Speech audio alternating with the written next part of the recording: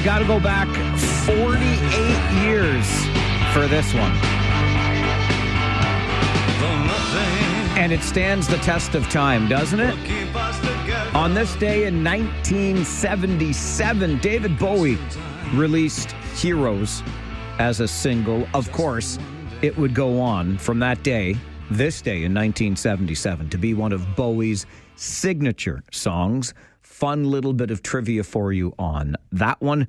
It was co-written by Brian Eno along with David Bowie, and it featured Robert Fripp on guitar, who was from King Crimson. And there you go. Heroes to start our show today. Not all heroes wear capes. Stop me if you've heard that one before. However, every hero drives their vehicle without looking at their cell phone. I'll get to that in just a moment. But how you doing this Tuesday morning, the 23rd of September? Welcome to the program. Thank you very much for being a part of our show. Love to have you here to engage in the conversations of the day. All of the talk, no, not all of the talk, much of the talk, some of the talk around Jimmy Kimmel's cancellation, or I think more appropriately, suspension. We talked about the why. We talked about whether or not our free speech was under threat. And we talked about perhaps Jimmy Kimmel just wasn't generating ratings high enough to warrant his salary. That's how it works in this business, as I think you understand, right? You listen to a radio show or you watch a television program because you like the content that is being provided. The more of you that listen or watch, the more that particular media outlet charges for its advertising, and the more that the host gets paid. Which is why with my dozens and dozens of listeners, I don't get paid as much as Jimmy Kimmel. Having said that, there was some conversation around, much like when Stephen Colbert got canceled earlier this year, that the ratings just didn't justify the revenue expenditure anymore. And so as that kind of sidebar discussion was happening, we learned that as of tonight, Jimmy Kimmel is coming back. So the question becomes then, did he have poor enough ratings, or did Disney realize that by canceling / postponing Jimmy Kimmel, it was going to lose money? You see how this works. If the market took Kimmel off the air, did the market put Kimmel back on the air? Jon Stewart has had some fun with this last night on his show. That campaign that you all launched, pretending that you were going to cancel Hulu, while secretly racing through 4 seasons of Only Murders in the Building. That really worked. Congratulations. Wasn't it interesting to try and figure out all the tentacles Disney has in your daily life? It's one thing to swear off cruises, but the Avengers? Nah. How is it possible that by getting rid of one company, I can't watch Winnie the Pooh or Monday Night Football? I mean, that's a very good question. From Winnie the Pooh to Monday Night Football, the happiest place on earth, kind of owns you. But Kimmel is coming back tonight. And Doug is on the phone with us to start our show this morning. Good morning, Doug. Good morning, Mike. Hello, Douglas. This is really good fun. And people all over Facebook claiming that Trump was involved and he's not. It just absolutely astounds me how such a mess can get started, get out of control, and then Disney is claiming they really never wanted to cancel him. It's like they're pulling their horns back in after they found out things were going to be a little rough on them. But anyway, part of the reason I called you this morning, now that they're getting to the end of the construction on these roundabouts, something should probably remind people, pedestrians especially, they're doing this work for them. That doesn't mean that they don't have to look both ways before they start crossing something. I am so sick and tired of watching people step off. They don't even look. You got the right of way, fine, but don't take your life in your hands by walking out. I've seen how many times the pedestrian crossways, even out on roundabouts, and I've done it myself, I confess, that they hit the light, and I haven't got time to stop. If they hit that light and step out, they're done. You know, and it's not going to work. It just drives me up the wall. Anyway, I just thought I'd put my 2 cents in on that one this morning. All right, Doug. Thank you for that. I do I do appreciate it. It's funny. It's almost as though Doug is reading my mind, because my not all heroes wear capes. Every hero drives a vehicle without looking at their cell phone, which I'll get to because it involves a roundabout in just a moment. And more on roundabouts. You may know, because you are a loyal listener of this show, that on Wednesday mornings, don't worry, this is Tuesday, but I'm just looking ahead to tomorrow's show, because every Wednesday morning at 11:30, we are joined by former regional councillor Rob Deutschman for something we call political R&D. And Rob and I have a difference of opinion on where pedestrians should be put into crossings for roundabouts. And so Rob has pledged, in fact, Rob and I are going to get together today, go for a little drive to various roundabouts around the region, and then talk about our findings on the show tomorrow morning at 11:30. So market research being done at roundabouts around the city to determine where best to place the pedestrian. I still think you take them out of the traffic circle area, because where we have the crossings right now is where drivers are tending to look to their left to see if there's oncoming vehicle traffic. I think the pedestrian should be, as we approach the roundabout, 10 to 25 meters away from the entrance to the traffic circle when the road is still straight. Because you see, when the road is still straight, drivers are looking ahead. One would hope anyway, except for the guy I saw yesterday. Here's a tale of two drivers for you, okay? And remember, I'm the old guy in the room, but I remember this from my young drivers of training way back in the late 1980s. It didn't really make sense to me at the time, but it's always stuck with me. Well, I mean, I guess it made sense, but I'm like, this really seems odd, doesn't it? Plan ahead, though. Plan your route ahead.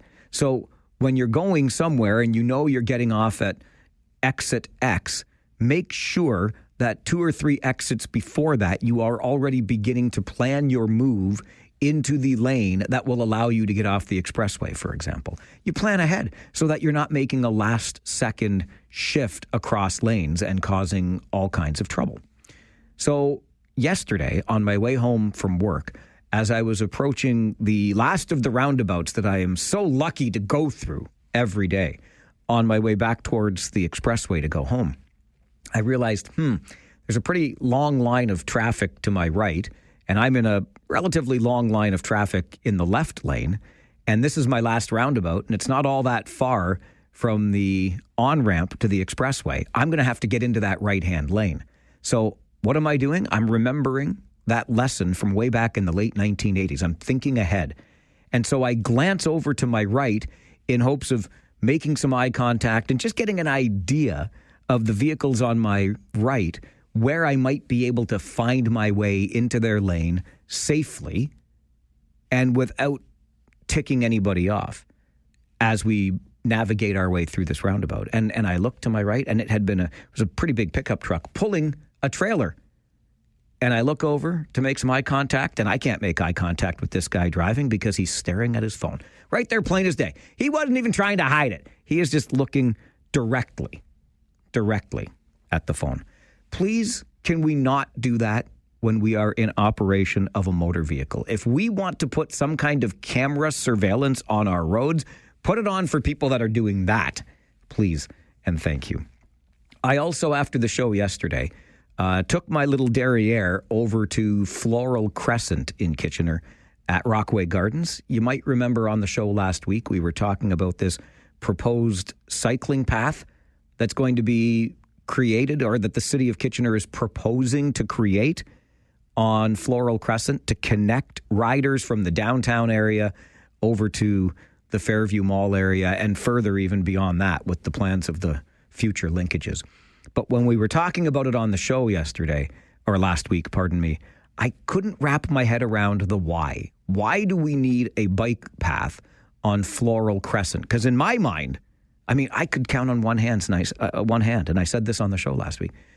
I could count on one hand the number of times I've actually driven on Floral Crescent in my entire life in this city. It's just not a road that gets used an awful lot. But I wanted to be sure. I wanted to see what it looks like in 2025. And so I went there yesterday. And let me tell you, dear city of Kitchener, do not, under any circumstance, create a multi-use path / cycling trail, pedestrian trail on Floral Crescent. It already is that. Exactly how it is today is how you would want it to be for people on bicycles and on foot. It's quiet. I didn't pass another vehicle. What are you doing? It's beautiful, too. It's surrounded by all this nice stuff. It's already a cycling and pedestrian link, okay? I promise you. And the proposed construction of this path will negatively impact the beautiful gardens, some original stonework. This is a ridiculous idea, not to mention entirely unnecessary. Dear Kitchener, stop right now. There is absolutely no need to create a multi-use path because Floral Crescent, as it stands today, is already the path that you want to create. I promise. I was there. You know what? Council, go on a field trip. Everybody, all 11 councillors, so that's the mayor and 10 councillors, should take a walk on Floral Crescent. And, walk right down the middle of the road, too, because there's nothing that's going to bother you. Stop the madness. Stop the madness. 1, 2, 3. All right, how about a Farwell Show 5 for this Tuesday morning, the 23rd of September. Number 1, the tallest building in Waterloo, could be going up in the place you used to enjoy a pint at the Duke or bacon and eggs at Angie's. Waterloo Council discussing last evening the plans for a proposed 39-story structure at the site of the former atrium on Herb Street next to Waterloo Public Square. Plans call for 412 units, a base of commercial space, rooftop amenity space overlooking the square. Number 2, the Ontario Land Tribunal has ruled in favor of a 19-story tower in a heritage district in Kitchener. Neighbours in the Queen and Weber area, near the main branch of the Kitchener Public Library, pushed back against the proposal, saying it was too tall and did not allow for an appropriate transition into the heritage neighbourhood on Roy Street. But the OLT sees, quote, no unacceptable adverse impacts and will allow the building to rise on Weber Street beside St. Andrew's Presbyterian Church. So the back of that building will back onto Roy Street and into that heritage district. Number 3, on your Farwell Show 5 this morning, Cambridge Council will hold its meeting online tonight after a security threat caused the city to cancel the planned in-person meeting. Regional police say a threatening voicemail directed at city staff caused a hold and secure yesterday, but no charges have been laid. Tonight was also to mark the start of bag checks for anyone attending a public council meeting in Cambridge. Number 4, if you want to learn more about getting light rail to Cambridge, you have another chance tonight. A public open house is being held at the old post office in Galt from 4:30 until 7. The region continues to gather feedback on the $4.5 billion project before a report comes to council in November. And number 5 on your Farwell Show 5 this morning, the Cambridge Food Bank says their first food locker has worked so well, they're trying it out in 2 more locations. The lockers are a way to get emergency food hampers to people who can't get to the food bank in Preston due to mobility challenges, transportation barriers, or work schedules. The food bank says their first locker was at the Preston Heights Community Centre, and it's been such a success, they've set up 2 new lockers, one at the Alan Reuter Centre, the other at the W.C. Johnson Centre. The hampers can include various non-perishable foods, plus frozen meats, milk, eggs, produce, and bread, as well as hygiene products, baby food, and diapers. And that is your Farwell Show 5 for this Tuesday morning. We'll take a quick break. When we come back, we kind of made reference yesterday to a leadership vacuum, the difficulty in getting qualified people to run for political office, the challenges that exist for all manner of reasons. But, whoever we end up getting, I'm not sure we should accept their medical advice. I mean, they are just elected to office to create policy, not necessarily medical policy. But that's not stopping the President of the United States from telling you how you should manage your affairs if you're a pregnant woman. Because I'm sure Donald Trump knows an awful lot about being a pregnant woman, right? And did Prime Minister Mark Carney, as we look at leaders here and in the United States, did Prime Minister Carney backtrack on something he said not 2 months ago? We'll find out coming up on the Mike Farwell Show. Stay with us. Some interesting audio on 570 News Radio and Rogers TV.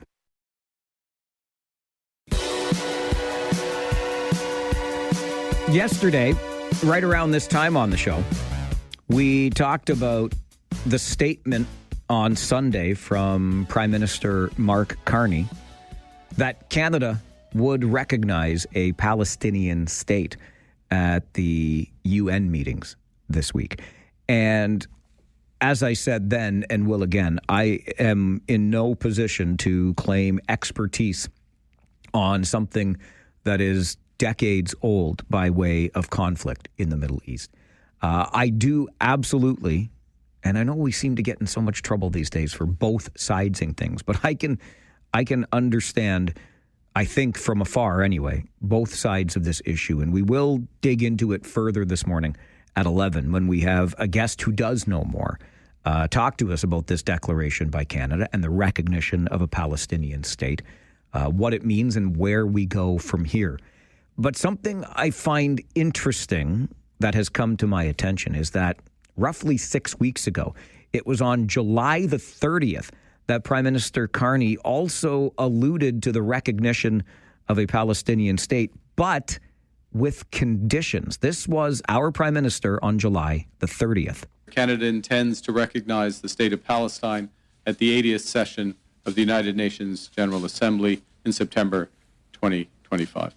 This intention is predicated on the Palestinian Authority's commitment to much-needed reform, including commitments by the Palestinian Authority's President Abbas to fundamentally reform its governance, to hold general elections in 2026 in which Hamas can play no part, and to demilitarize the Palestinian state. Canada will increase its efforts in supporting strong democratic governance in Palestine and the contributions of its people to a more peaceful and hopeful future. I spoke today with President Abbas at length to reaffirm his commitments. Canada reiterates that Hamas must immediately release all hostages taken in the horrific terrorist attack of October 7th, that Hamas must disarm, and that Hamas must play no role in the future governance of Palestine. Canada will always steadfastly support Israel's existence as an independent state in the Middle East, living in peace and security. Any path to lasting peace for Israel also requires a viable and stable Palestinian state, and one that recognizes Israel's inalienable right to security and peace. That was Prime Minister Mark Carney on July the 30th. And what I would submit to you this morning is that I am not certain that the conditions that Prime Minister Carney said must be met for this declaration of a Palestinian state have in fact been met. In fact, we heard from Hamas just this week that the declaration of Palestinian statehood means that their actions have borne fruit. And as critics have said, this declaration on the part of Canada could legitimize the terrorism from October the 7th, 2023. And I'm not sure we want to be in that business. But it just doesn't sound to me like those conditions that Prime Minister Carney talked about on July the 30th, only 6 or 7 weeks ago, have been met. And yet the declaration of Palestinian statehood happens notwithstanding. From the leader here to the leader south of the border, I'm not sure if I should refer to Donald Trump as President Trump or Dr. Donald Trump. But I would say that taking medical advice from a president or a prime minister or an MP or MPP, unless they are a medical doctor, I'm not sure taking medical advice from the president is your best course of action. So do with the following information as you see fit. But this was bizarre from President Donald Trump yesterday. I'm not so careful with what I say, but you have certain groups, the Amish as an example, they have essentially no autism. First, effective immediately, the FDA will be notifying physicians that the use of let's see how we say that, acetaminophen. Is that okay? which is basically commonly known as Tylenol, during pregnancy can be associated with a very increased risk of autism. So taking Tylenol is not good. All right, I'll say it. It's not good. For this reason, they are strongly recommending that women limit Tylenol use during pregnancy unless medically necessary. For instance, in cases of extremely high fever, that you feel you can't tough it out, you can't do it. I guess there's that. It's a small number of cases, I think. But if you can't tough it out, if you can't do it, that's what you're going to have to do. You'll take a Tylenol, but it'll be very sparingly. It can be something that's very dangerous to the woman's health. In other words, a fever that's very, very dangerous, and ideally a doctor's decision, because I think you shouldn't take it. And you shouldn't take it during the entire pregnancy. They may tell you that toward the end of the pregnancy, you shouldn't take it during the entire. And you shouldn't give the child a Tylenol every time he's born and he goes and has a shot. You shouldn't give a Tylenol to that child. All pregnant women should talk to their doctors for more information about limiting the use of this medication while pregnant. So ideally, you don't take it at all. But if you can't tough it out, if there's a problem, you're going to end up doing it. You understand now, pregnant women. If you can't tough it out, then I guess you can take one Tylenol. But don't give a Tylenol to your child either, parents, because the president, who is not a doctor last time I checked, says so. That's theater of the bizarre. I don't care where you're sitting from and listening to that. That's just weird stuff, man. That's weird stuff. 00 George in Cambridge. Good morning. Yeah, good morning, Mike. How you doing? I'm great. How are you? Good. I'm going to a little bit disagree with you. I've been around a long time, very long time, and the word was always, if you're pregnant, don't take an aspirin, don't take Advil, and don't take Tylenol. That's the strongest one of them all. I think President Trump is being fair. He's not saying no, you cannot have it, don't take it, whatever. He's being fair. He's saying, look, hey, if you need to, you need to. But you should not be taking, I think it's good words of advice. George, appreciate the call. I would take that advice from a doctor. I would not take that advice from Donald Trump. And that's just me. Also, not a pregnant woman. I'll just add that to the equation as well. This is the Mike Farwell Show, 570 News Radio and Rogers TV.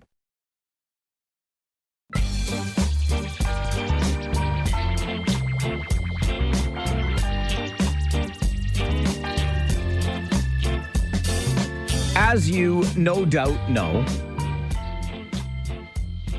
well-known children's author Robert Munsch, who makes his home in Guelph, has applied for MAID, medical assistance in dying here in Canada, as he deals with dementia. It's worth emphasizing here, and his family has done so already, that Robert Munsch isn't in his final days. He's not dying imminently. He was just planning ahead and took advantage of the opportunity here in Canada to make that application while he is still well enough to do so. So it brings back into our conversations the idea of choosing one's time of death and dying with dignity, so to speak. Helen Long is the CEO of that very organization, Dying with Dignity Canada, and joins us for a conversation. Helen, good morning. Good morning, Mike. Thanks for having me. Well, thanks very much for making the time. I wonder if when someone of Robert Munsch's profile publicly makes it known that he has submitted an application to use medical assistance in dying, if this advances the Dying with Dignity cause in any way. I think what it really does is it brings attention and, brings the topic to Canadians in a way that allows them to learn. It points out a lot of the misinformation that's out there when we start having these conversations, and I think just offers a great education opportunity. What myths should be dispelled about MAID in Canada? Yeah, there's a lot. I think when we speak about, someone with dementia, and I'm not going to speak to Robert Munsch specifically because I don't, I don't have any insights into his personal situation. But I think when we talk about people living with dementia who might want to request MAID, there's a lot of confusion around what we call an advance request, or the ability to ask in advance for MAID and then wait for, maybe many years to have MAID. That's not actually the case. In order to apply for MAID, you have to have a serious and incurable illness, disease, or disability, so dementia would qualify. You have to be in an advanced state of irreversible decline, so you must be going down that road where your capabilities are declining and you're no longer able to do all the things you used to be able to do, and you have to be experiencing intolerable suffering either from the illness or from the state of decline. Once you have that assessment, you generally speaking, people have the assessment, they get approved. They may or may not pick a date immediately, depending how long they wait to pick a date. They may need to be reassessed. And in the case of dementia, people often lose capacity before they're able to have their MAID request completed. So people may be assessed and approved, but then they don't pick a date, and they have a loss of capacity in the interim, and then they can't go ahead. One of the safeguards around MAID is that you have to be able to give informed consent at the time of the procedure, with one small exception. And if you can't do that, you're not able to move ahead. So with dementia, what we, unfortunately often see is people either choosing to die early so that they don't lose that window. And I think Mr. Munsch alluded to that a little bit in his interview. Or we see them providing what we call a waiver of final consent and hopefully getting to the point where they are still able to have MAID before they lose capacity. What is the exception that you made reference to?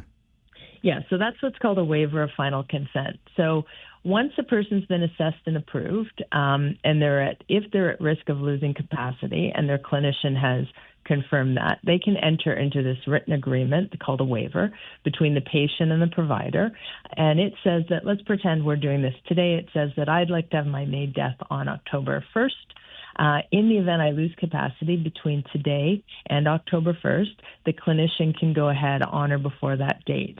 Now, the waiver can only proceed if the person loses capacity, but prior to losing capacity had to meet all of the eligibility criteria related to MAID and does not demonstrate any resistance or refusal.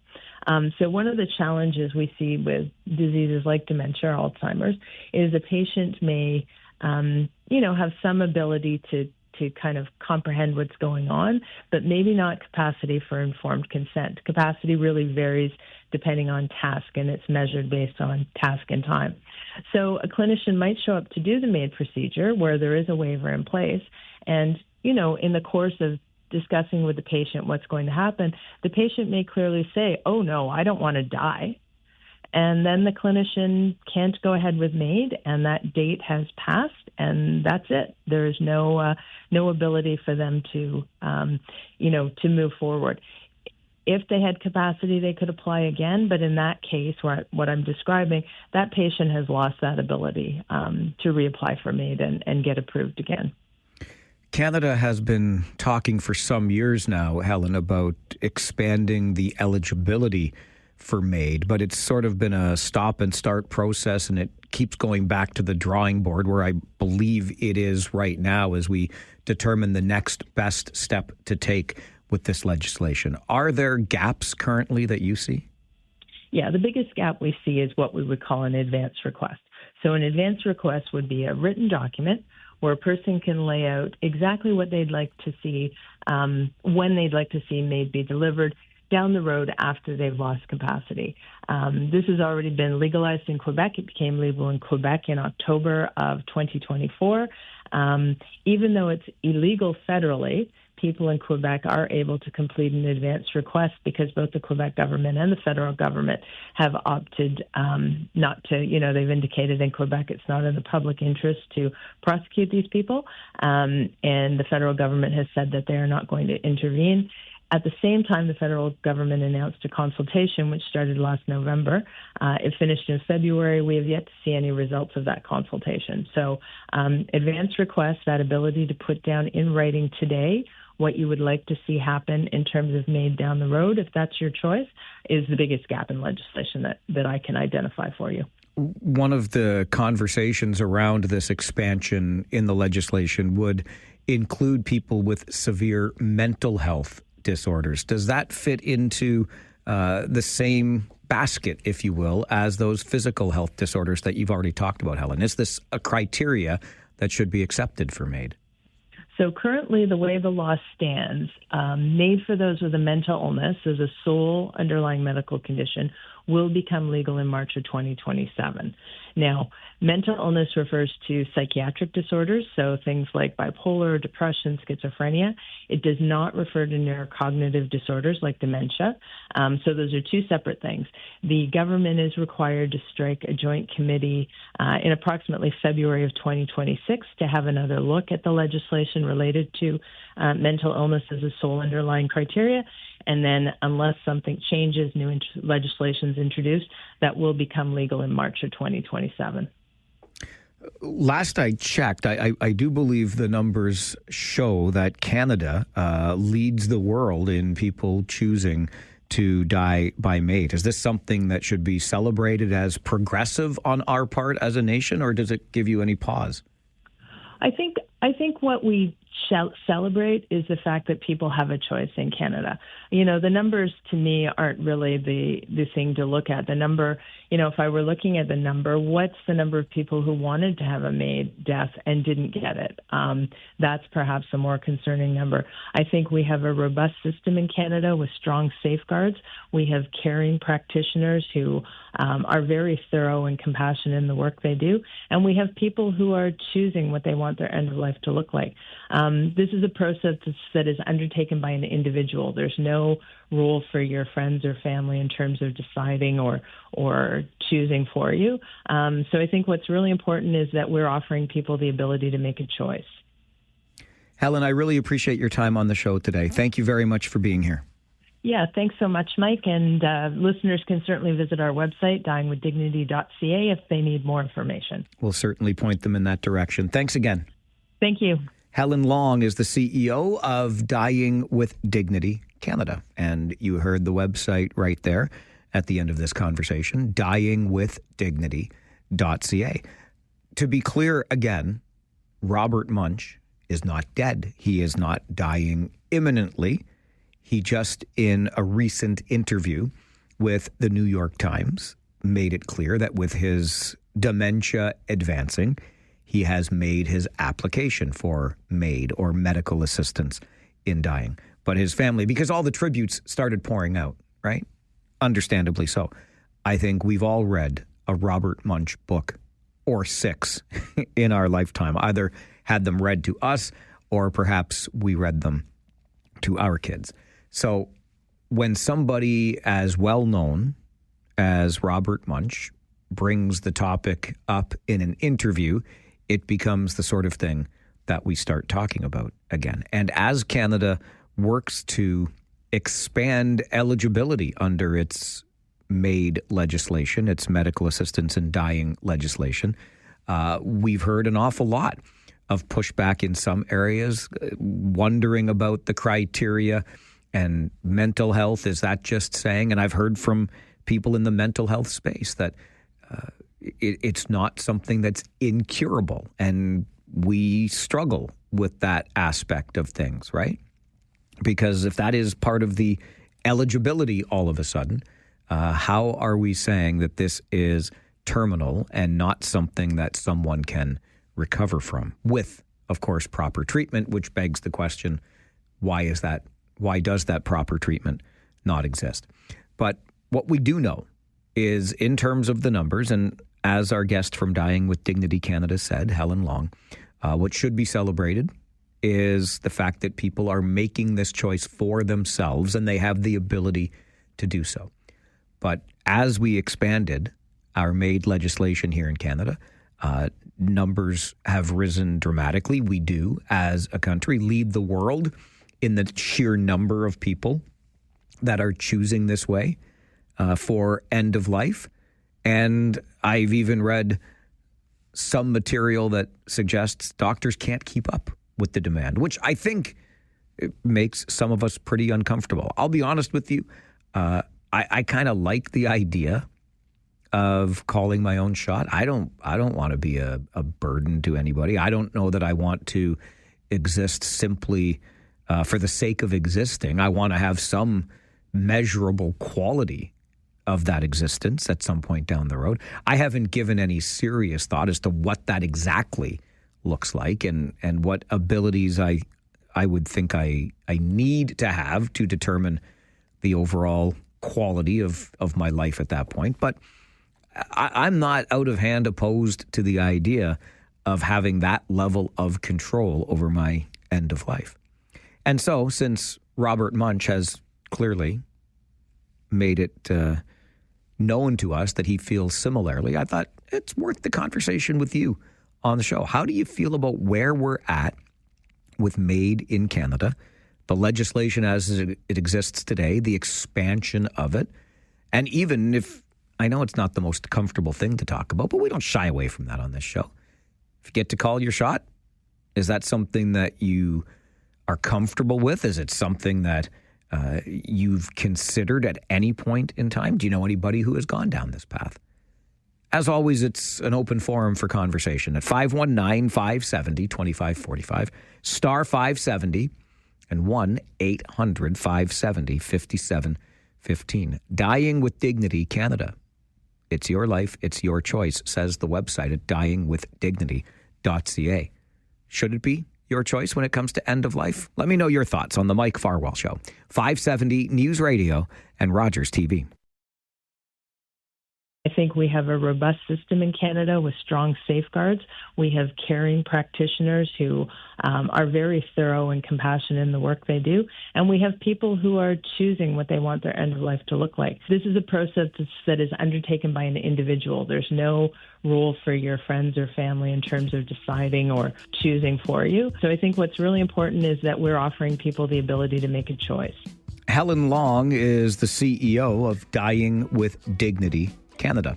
Website, dyingwithdignity.ca. It's your life, it's your choice, says the organization. And we have the conversation this morning in response to Robert Munsch, the well-known children's author who makes his home in Guelph, letting us know via an interview with the New York Times that he has made his application for medical assistance in dying as he deals with advancing dementia. 519-570-2545, star 570, 1-800-570-5715. I'll go to the phones. Don, good morning. Good morning, Mike. If anybody has any ideas of this and is worried about it, all they got to do is go to a long-term care home and volunteer for a couple of weeks. And it'll sure change your mind one way or the other. Why do you say that? Because I sure as heck don't want to suffer like I see a lot of people suffering. Because once you get that dementia, your mind does not function properly at all. It just, you don't know what you're saying or doing, and if you don't want to suffer and you can live for a couple of years like that, no problem. And I sure don't want to do that. I would definitely, I agree with this thing they've started. All right, Don, I appreciate that call and your willingness to share. As I said before the break, I find myself, and you know, look, 30 years ago, it wouldn't even be a consideration. But the older one gets, I think the more one is willing to entertain such thoughts. And I can imagine various scenarios under which I would be inclined to say, yep, let's go down this path. Malcolm, good morning. Hey, good morning, Mike. How are you doing? I'm all right, thank you. How are you? I'm doing not too bad. Good. Yeah, I just wanted to call and say I do agree with MAID. You know, unfortunately, my family's been cursed with cancer. And it's not a way that you would like to see somebody pass on. And And like you said, dying with dignity, you know. My mom, when she passed away, she basically drowned in her own blood. And, you know, that's not really necessary, I don't think. So I think, you know, if that was an option, I think my mom would have took it, right? Sure. Because it's hard on the family, friends, and people who have to watch and go through that, right? Yeah, you're watching. You agree with it, right? You're watching your loved one struggle like that in their final days, weeks, months, whatever it is. Final hours, final days. Sure. You know, it's like, you know, and I think even my mom, she would have went for it. You know. Yep. Yep. So yeah, it is like dying in dignity is one thing, but living with dignity is even better, right? Absolutely, I'll take living any day. Yes, sir. All right, Malcolm. Thanks very much for the call. Good to hear from you today. And thanks for sharing that story from your family's perspective as well. A couple of emails to Mike at 570news.com. One reads, I've been working on this. I wanted to get things set up in advance, worried that something may happen and I wouldn't be able to meet the requirements myself. If that happens, I will suffer right through to the end. I've spoken to a lawyer, even with the power of attorney for personal care. The designated person cannot make the decision on my behalf. And the other email to Mike at 570news.com. The only concern I would have is life insurance. Is it still payable if you decide to go this route? I do not know the answer to that, and I'm sorry I didn't ask. Janet, good morning. Good morning, honey. How are you today? I'm good, thanks. How are you? Not too bad. Good. I agree with this, May, because if they had this for my mother, she passed away this year at 103. Bless her heart. And she wasn't with it at all. And I think if they, in the last while, and if they would have had MAID back then, she probably would have taken it. I wouldn't like to live that age, I'll tell you, after seeing what she went through. Well, listen, I understand that too. I would also say it's not just about the number. I mean, I remember going back to Malcolm's point earlier, visiting a retirement home several years ago during Farwell for Hire and meeting a 99. Had she just turned 100? Anyway, right around the 100 mark. And let me tell you, she was a treat to be around. So it's not strictly the number, but it comes down to, you know, just because you live to 103 doesn't mean the end of your life is going to be lacking in quality. But that's the conversation that we begin to have around this. And, you know, I guess given having that power put into our own hands, we can determine what is sufficient quality enough for ourselves. And that's what Dying with Dignity is all about. Interesting conversations as legislation for MAID expands here in Canada. Got to get you to the 570 News Centre for an update. And then the federal housing advocate in Waterloo region touring our encampments to see how it's going, taking that human rights-based approach to housing and the $250 million in federal funding. How's it being spent? We're going to talk about it next on the Mike Farwell Show, 570 News Radio and Rogers TV.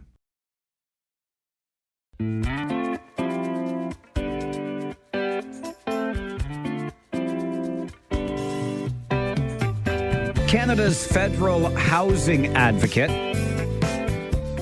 is paying a visit to southern Ontario. You may remember Marie-Josée Houle, a year or so ago, brought forward a report on homeless encampments, and it caught the attention of many. It called for investments to the tune of $250 million federally to be matched by the provinces, territories, and municipalities to move forward with responses to encampments. And that federal housing advocate, Marie-Josée Houle, joins our show this morning. Maybe we'll just start, Marie-Josée, in a general way. And what is it that brings you to our area this week? Well, I'm here to see how the federal government funding for responses to homeless encampments is making a difference, if at all, in communities that I'm going to be visiting or that I've visited. And, so following my February 24 report on homeless encampments, the federal government's initial response to the report and recommendations included an investment of $250 million in the budget to be matched by provinces, territories, and municipalities for human rights-based solutions to encampments. And so I wanted to see how that is going and how it's rolled out, and if it meant any kind of significant change for communities. So this trip, I'm visiting Hamilton, London, Toronto, and spent yesterday in Cambridge and Kitchener, Waterloo. These human rights-based solutions to encampments that you are advocating for, what does that mean? What are human rights-based solutions? That is the question of the day. It is about putting people who are experiencing homelessness, the people who are most directly affected, at the center of the solution, so that it's not a top-down approach. And the first step for human rights-based approach really is about a meaningful engagement. And because the human right to housing is new to Canada, and even myself and my colleagues, are all new to what this looks like, and beyond just pretty words on a piece of paper or in legislation. What does it look like in practice? So we've put together a resource aimed at municipalities this spring, and that really outlines what meaningful engagement entails. And it, in the end, if it's done right, it is about building trust, that people who are meaningfully engaged recognize themselves in the solutions and the messages that are sent, for example, to council. Because in order to really address anything related to homelessness, is to recognize that people are the experts of their lives. They're the ones who know what they need. They're the ones who are able to describe their day-to-day or minute-to-minute experiences, and from there be able to extrapolate what the solutions are.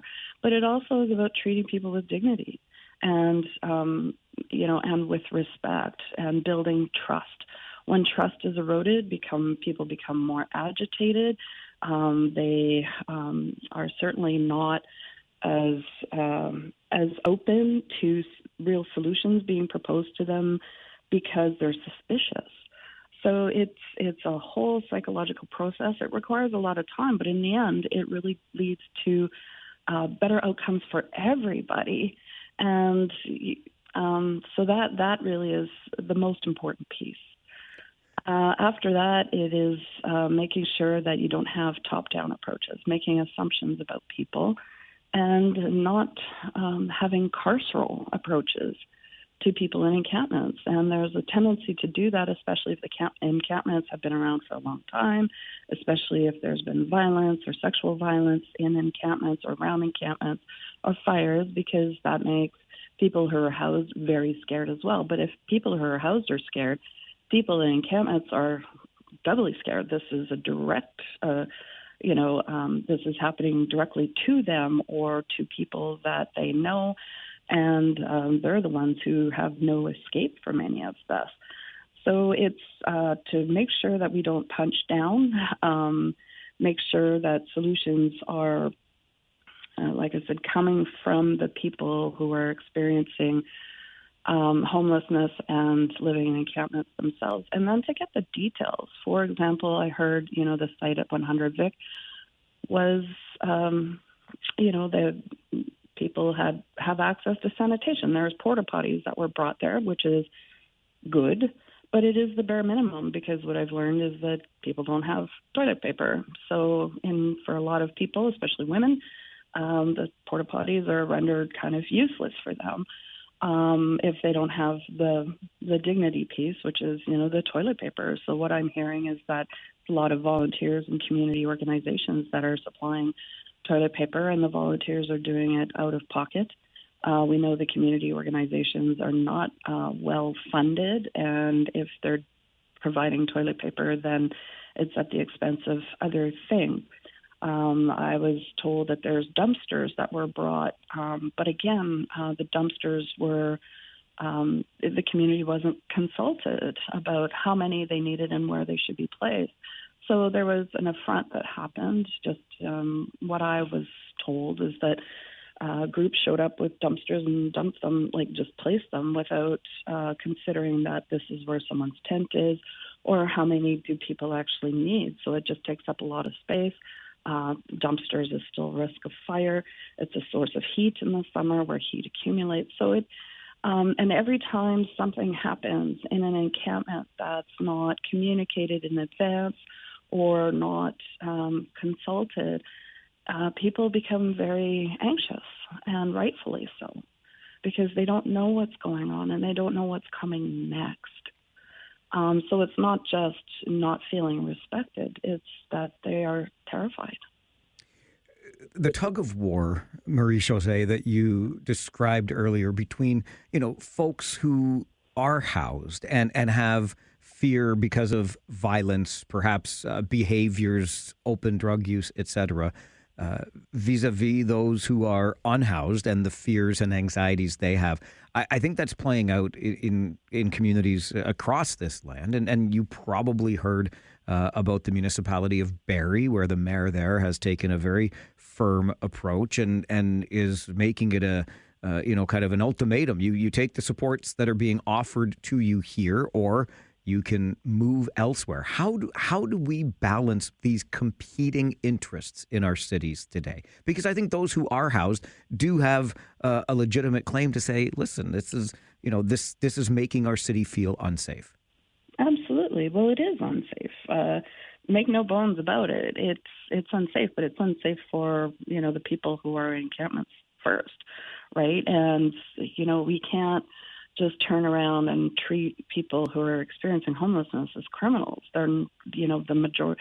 We have to look at the criminality because it's often people who are preying on the people in encampments, and we have a police force for that.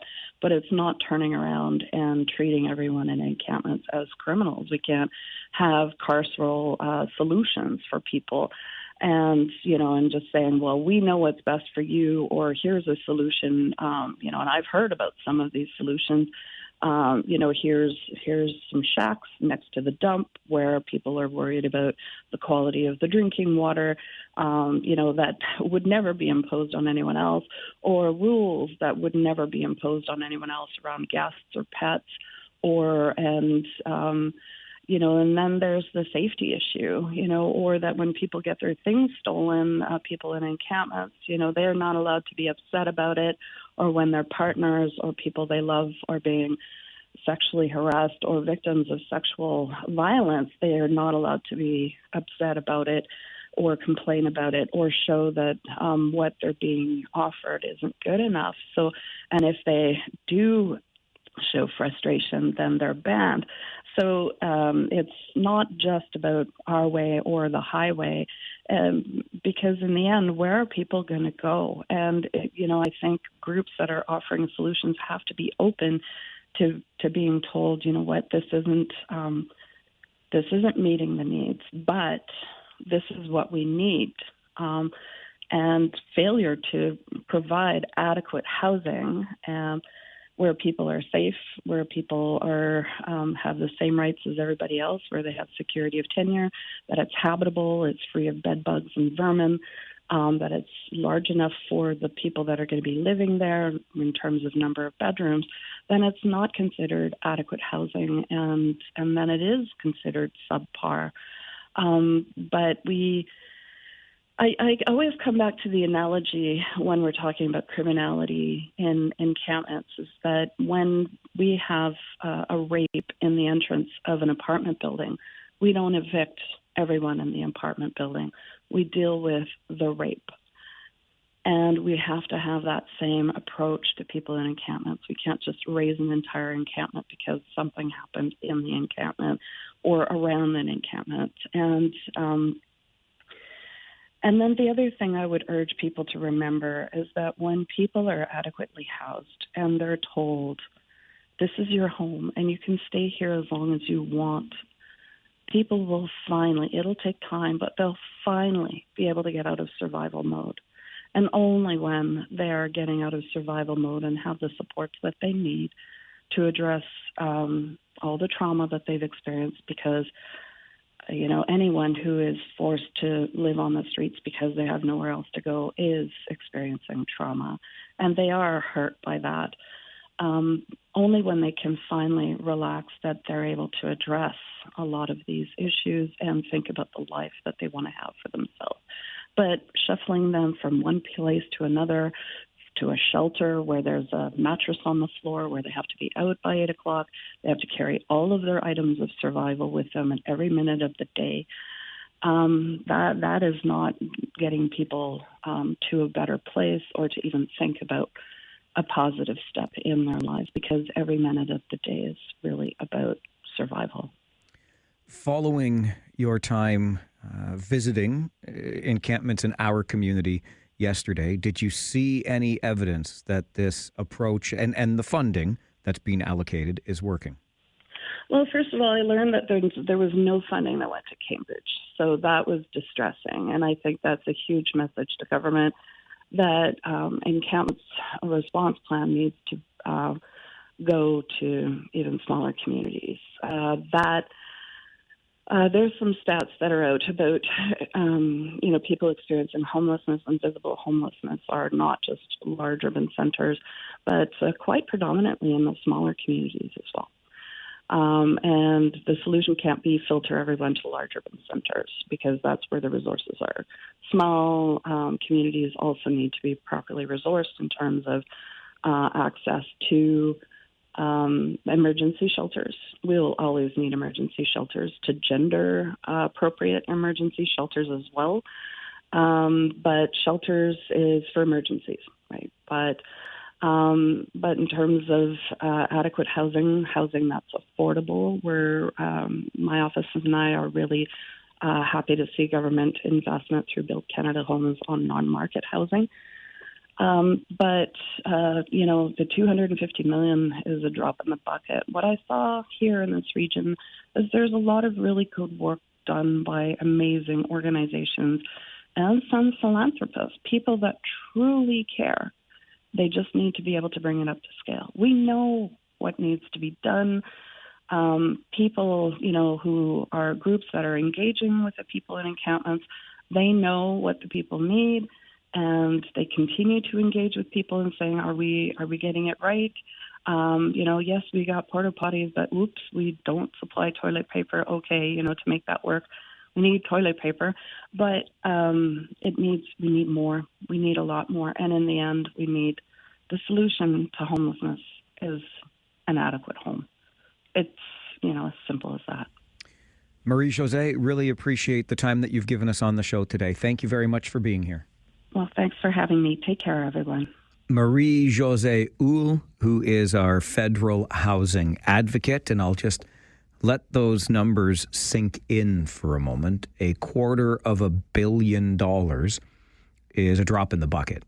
Money, by the way, that from Ms. Houle's report about a year ago is to be matched by the provinces, territories, and municipalities. So $500 million in total, but a drop in the bucket. And I think we recognize that, how insufficient even that amount of money is, given the scale of homelessness that we see in our communities today.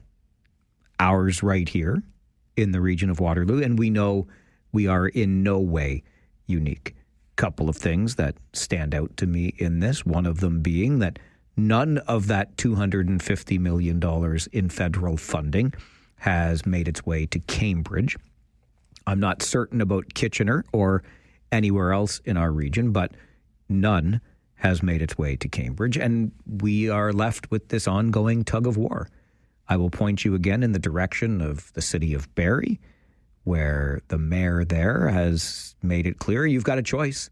If you are living unsheltered in his city, you can either avail yourself of the shelter and treatment options that the city provides, or you can go find another place to pitch your tent outside the city limits of Barrie.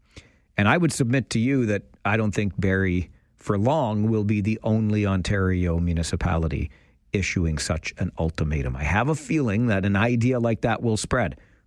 If Mayor Nuttall is doing that, maybe I'll jump on board with the idea as well. it is an ongoing tug of war.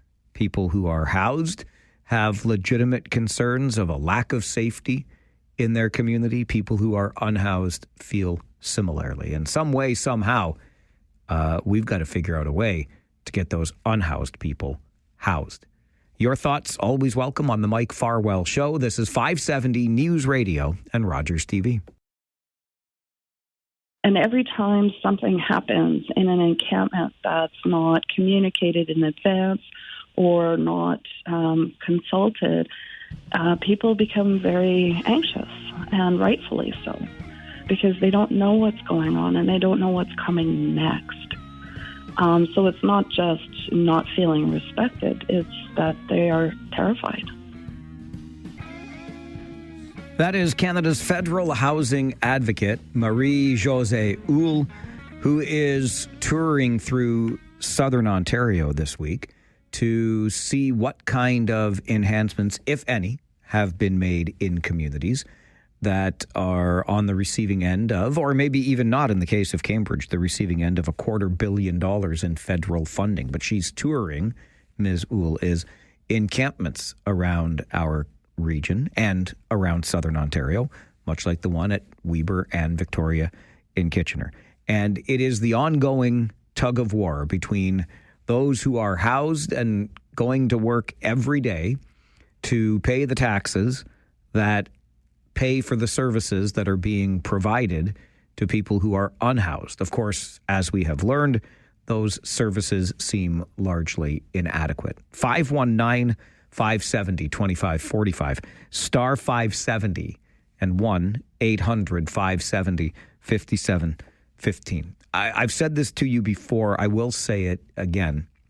And I'm not trying to disparage anyone who is down on their luck, dealing with issues that I could not possibly comprehend, and for those and other reasons living unhoused. But I believe, I understand the human rights-based approach to this and why we are doing it, why the advocate is advocating for our approach to be human rights-centered, housing being a human right. But as we continue, this is just me being realistic, I believe. If we continue to try to meet the individual needs of all, then we're not going to solve this. And that's not to say that warehousing unhoused people is the right approach either. Put up this big building, say that's where you get to go. I'm not saying that's the right approach. I'm just pointing out the scale of homelessness today is such that if we insist on meeting each individual need, then we will just accept encampments as part of the urban landscape. And if we can accept that, that's fine as well. I also think, though, that what we are seeing in Barrie right now is going to spread to other parts of this province. On this note, just over an hour from now, there is a terrific advance in supportive housing in our community that I'd like to say will go a long way, but again, the scale of the problem suggests otherwise. Still, it is an incredible effort. Dozens of supportive housing units are about to open in the city of Kitchener, and we'll celebrate that grand opening in just over an hour from now here on the show. So I hope you'll be able to be with us for that conversation on the Mike Farwell Show. This is 570 News Radio and Rogers TV.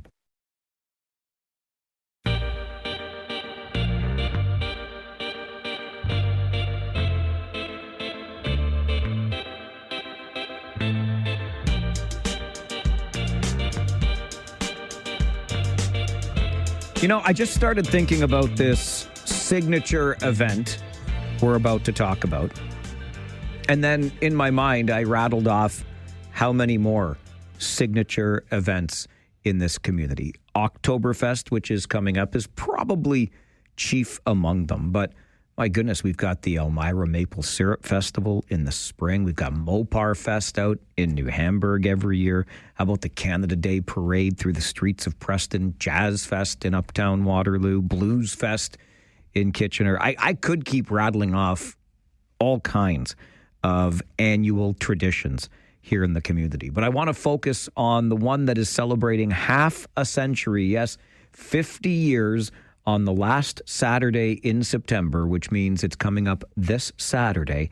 Get ready for the annual Apple Butter and Cheese Festival in the beautiful township of Wellesley. The chair of the festival, Jamie Reid, joins us to talk more about it. Jamie, good morning. Good morning, Mike. How are you? I'm doing just fine, thank you. How about yourself? Fantastic, thanks. I'm glad to hear it. You know, I'm just thinking on the tradition and the history of this event, and as the chair of the volunteer organizing committee, I mean, it feels like you're carrying a lot of pride and tradition with you through this every year. Yeah, absolutely. We're so proud of where we've come over the years and looking forward to celebrating number 50 this year. Incredible stuff. So what can we expect on Saturday at the 50th annual festival? Well, first of all, sunshine. The weather looks fantastic, so hopefully we don't have to worry about that. We're changing things up a little bit this year. Many people have been asking, because we have a new arena in town, if the festival's moving to the new arena. And to answer that question, we are not. We're keeping it status quo downtown Wellesley, just to kind of keep with tradition and support our local businesses. We wanted to make sure that we kept everyone in the core of the town. So the biggest change will be we have no indoor vendors at our old arena, so everything will be outside this year. But the weather is not going to be an issue, so we have no problem there. We've added in a little petting zoo for the kids, which will be a nice addition. It'll be set up beside the baseball diamond downtown. And we've also increased our craft cider sampling and turned it into an actual craft cider, craft beer garden. So you can actually purchase a full drink this year, not just a sample. So that'll be a little bit of an addition as well. And we've added in some local breweries to go along with that. But other than that, Mike, it's everything's raring to go. We've got food, we've got entertainment, we've got tours, we've got tractor rides going throughout the festival to move people around. Craft market, we've got more craft vendors than we've had in the past few years. So yeah, no, it's everything's looking great. How has this festival, Jamie, evolved over the years? I know when COVID came along and we couldn't get together in public, that was a challenging time, but you've bounced back from there. How have you evolved this over the years? Well, honestly, we've kept with the core over the last 50 years. It's stayed very much the same, but we've tried to adapt to the new world and just tried to bring more things in for more people. So over the years, we've introduced more stuff for the kids, right? It was more of a walk around crafty foodie festival. And now we've introduced more stuff for the kids. So it's more of a full on family festival now. And yeah, we're always looking for new ideas, trying to bring more people out, make it a little bit different, attract new incomers. And yeah, it's, for the most part, it's basic from day one, but we do try and evolve with the times as well. I love how that tradition is honored year after year. And here we are talking 4 days out from the festival, Jamie, but I know that the planning for this has been going on for a considerable length of time. What goes into making sure that this all goes off without a hitch starting at 7 on Saturday morning? Well, our number one thing is our volunteer committee plans 12 months a year. We meet once a month for basically the entire year. We do take a couple months off after the festival, but our volunteer committee works tirelessly to put this all together. You know, I say I'm the chairman of the committee, but I have the easy job. I just have to make sure everybody's doing their job. It's the actual committee itself that works hard and makes this thing a reality every year, and we're just so thankful for everyone that does that. Any tips, Jamie, for visitors as we make our way into the township to enjoy this on Saturday, you know, in terms of where the best place might be to park when we drive in, things like that? Well, first of all, come early. The traffic will be crazy. Wellesley is a town of 3,500, and we're hoping to attract about 30,000. So it does get a little busy. But, yeah, the main parking is down by the arena. And if everyone heads down that way, there are obviously the streets get full. And like I said earlier, we do have tractor-drawn people movers going throughout the town. So if you happen to be parked out of town by Home Hardware or parked out by the new arena, if you just hang tight, we'll get a tractor up there to move you down to the festival. So we don't make people walk too far, because we want them to have lots of energy once they actually get into the festival grounds. So, any idea, Jamie, how many pancakes, sausages, and/or apple fritters you go through in a day? A lot. Yeah. No, absolutely. I'm not even going to put a number out there, Mike, because I'm not 100% sure, but there are a lot. Yeah, I can't even imagine how many apple fritters and sausages and pancakes. It's definitely one of the drawing features, and I know people look forward to it every year. You can see where my mind automatically goes, right? Like I loved hearing about the expansion of the craft cider and craft beer. More than a sample, we can enjoy a full glass, and I'm there for some apple fritters too. Love the work that you all do, and this is 50 years of tradition. I can't wait for the next 50. But thank you for everything, Jamie, that you and the volunteer committee have done to make sure this happens, and thanks for joining the show this morning. Thank you, Mike. Are we going to see you there this year? Yes, sir, you will. Fantastic. I look forward to it. As do I. I'll see you on Saturday, okay? Thanks, Mike. Take care. You too. Bye-bye. Bye-bye. Jamie Reed is the chair of the volunteer committee putting together the annual Wellesley Apple Butter and Cheese Festival, celebrating this year 50 years. And it all gets underway bright and early, because that's what we do in the rural parts of this community, right? I have such fond memories of going out to, I don't know, they are. My dad called them, everybody of a certain age would call them the stockyards on Saturday mornings way back when, which of course evolved into the St. Jacob's Market, and it just goes from there. 50 years now with the Wellesley Apple Butter and Cheese Festival, last Saturday in September, and the pancake and sausage breakfast kicks it all off at 7 a.m. Just think about that for a moment. You show up at 7 for some pancakes and sausage. How much earlier than that were the volunteers there in order to get it ready and start serving at that time? And of course, is it fair to say the star attraction are the apple fritters, right, that are there? Anyway, you'll get all kinds of good eats, all kinds of good drinks, some market vendors, crafts, etc., food vendors all day long. It's going to be a horseshoe tournament. There's going to be a dairy farm tour. Buses will be running back and forth to the farm all day. There's going to be some line dancing. There's going to be music, an antique car parade. It just goes on and on. Live entertainment all day. The town of 3,500 expects to swell by about 10 times its size, just like the Grinch's heart, right? With about 30,000 visitors expected on Saturday. And as Jamie said, looking ahead at the weather, looks like a great day for the 50th annual Wellesley Apple Butter and Cheese Festival. This Saturday starts at 7 with the pancake and sausage breakfast. We'll take a break. When we come back, riding for Refuge. What does that mean, and how can you get involved? You'll get the answer coming up on the Mike Farwell Show. This is 570 News Radio and Rogers TV.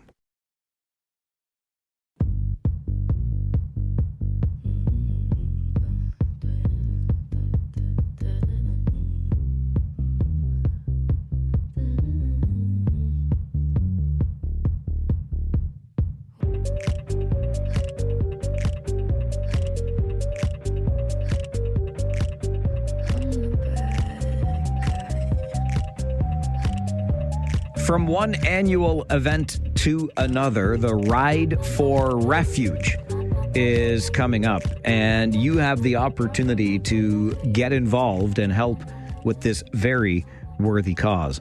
Suhanya Ketaswaran is the lead organizer with the Ride for Refuge with the Social Development Center of Waterloo Region, and joins us to talk more about it. Suhanya, good morning.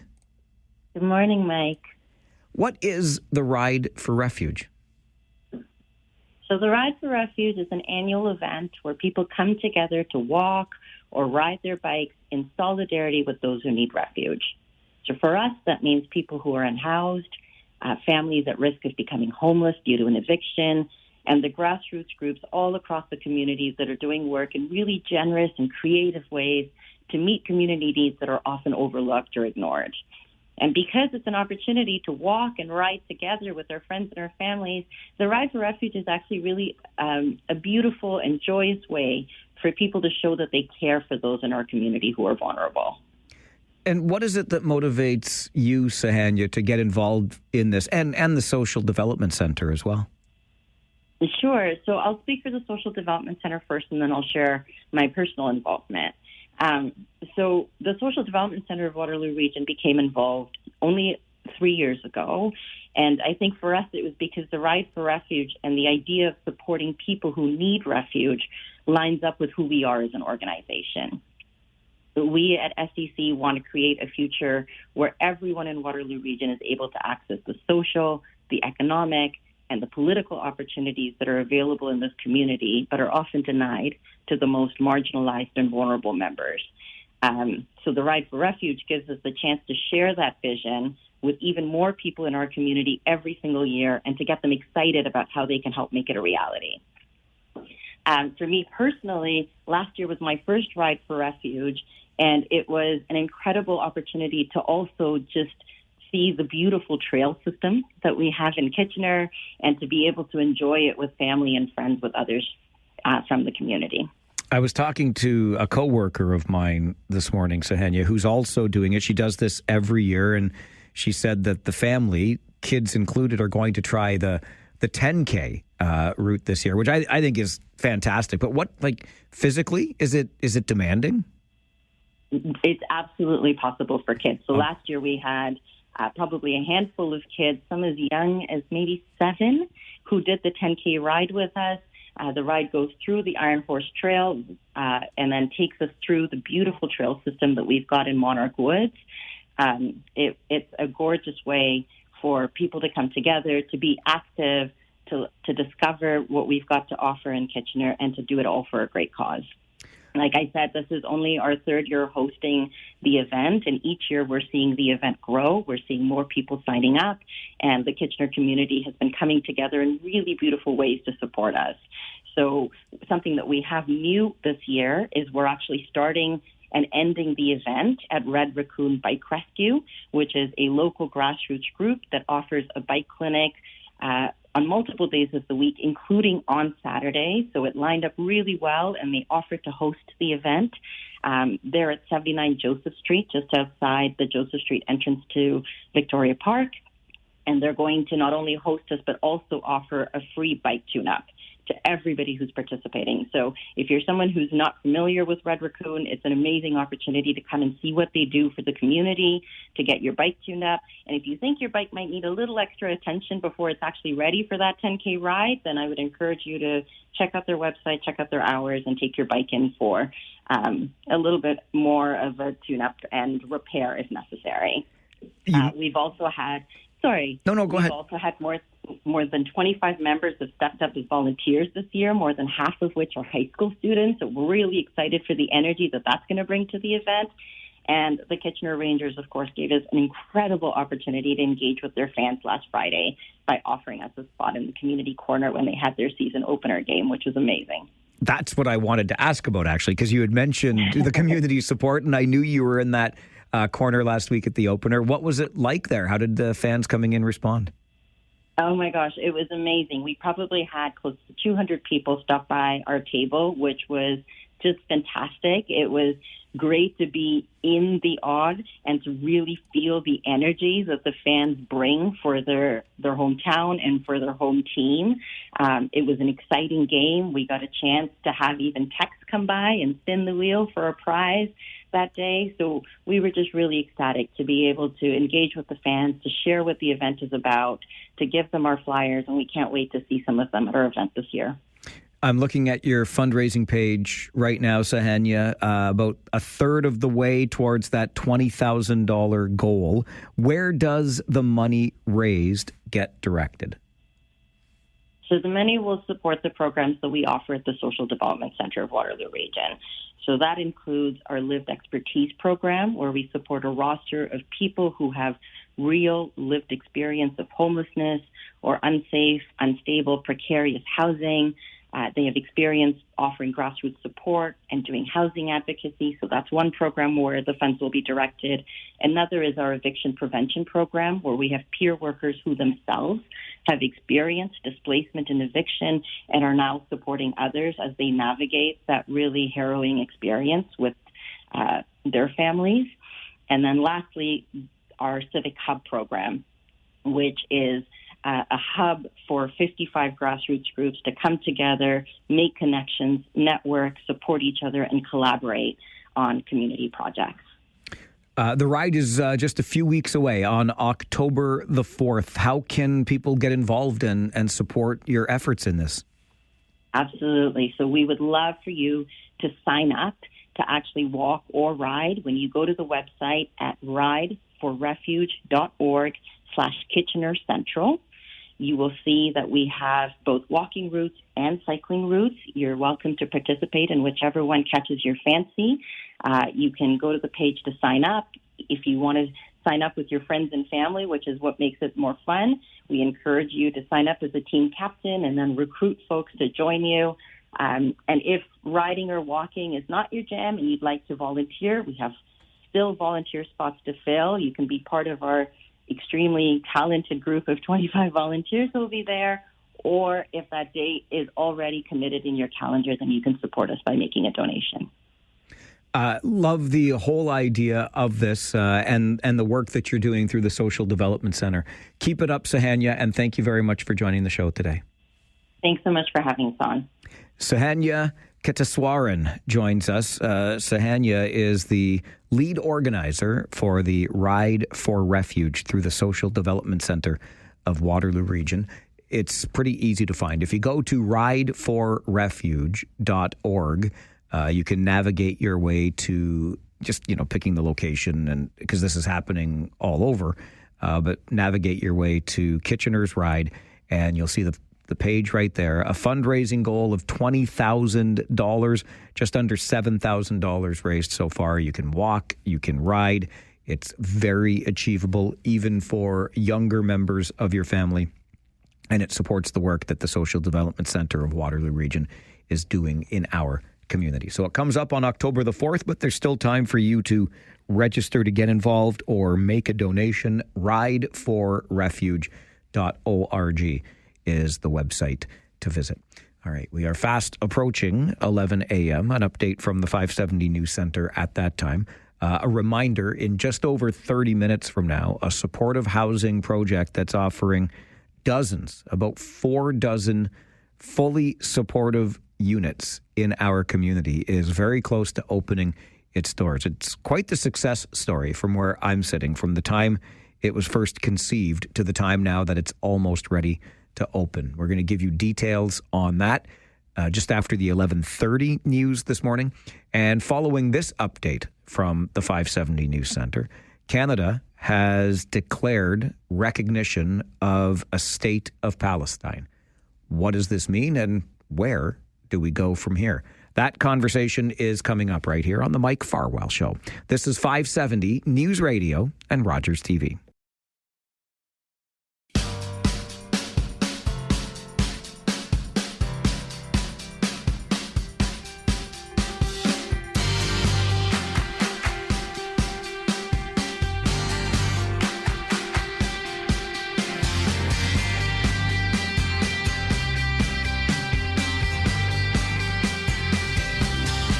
Well, the statement from Prime Minister Mark Carney came on Sunday. We touched on it during the show yesterday, and now we will dive a little deeper into Canada's recognition of the state of Palestine. Mark Kirsten is an assistant professor of criminology and criminal justice at the University of the Fraser Valley and joins us to talk about it. Mark, good morning. Good morning. Thanks for having me, and thanks for covering this this historic moment. Well, thank you very much for making the time to provide perspective that I simply cannot. I mean, this is a complex issue that I know dates back many decades now, and perspective like this is certainly important. So let's start with the statement that we got from Prime Minister Mark Carney and some of the language that we heard yesterday as he arrived at the UN meetings. I mean, is this declaration, Mark, anything more than just lip service? Yeah, for sure, because it's a legal act. When the Prime Minister announced that Canada recognizes Palestine as a state, it creates state-to-state relations between Canada and Palestine that did not exist before. Now, it's definitely true that Palestine was already a state under international law before Carney's announcement. That's because over 140, about almost 150 states already recognize Palestine as a state. The vast majority of the world, there's 193 states in the world, about 150 recognize Palestine. The United Nations recognized Palestine. The International Criminal Court recognized Palestine. And so when Canada recognized it, they kind of recognized something that already was true, but it does have repercussions for Canada. And being with the United Kingdom, France, Portugal, and others, it creates this kind of confirmation that Palestine as such is a state in international law and international relations, and that has consequences for sure. Prime Minister Carney alluded to this declaration back at the end of July, and at the time he seemed to suggest that it would be conditional upon a release of terrorists or a release of hostages, for example, and Hamas in no way being involved in the formation of government. I'm not sure those boxes have been checked. Is this a change of heart? Well, statehood can't be conditional on the existence of a terrorist organization in part of a territory or a country, right? So imagine that Donald Trump woke up tomorrow and said, I'll only recognize Canada if a certain political party is in power, or if only certain things were true. If those things aren't true, or if you don't give me what I want, Canada doesn't exist as a state. We would say, wait, hold on a second. Canada being a state is not conditional on what we do inside of the country, whether there are some bad people inside of the country, or whether certain parts of the country look a certain way. Now, of course, Hamas should have absolutely not only no role in the future government of Palestine, it shouldn't exist anymore. And that's always been clear to Canada, and I think to many others, and anyone certainly like myself who believe in human rights. But statehood comes from the human right to self-determination, which Israel, Palestine, and indeed Canada have signed on to conventions which establish that people have the right to self-determination. And human rights, including the human right to self-determination, can't be held conditional.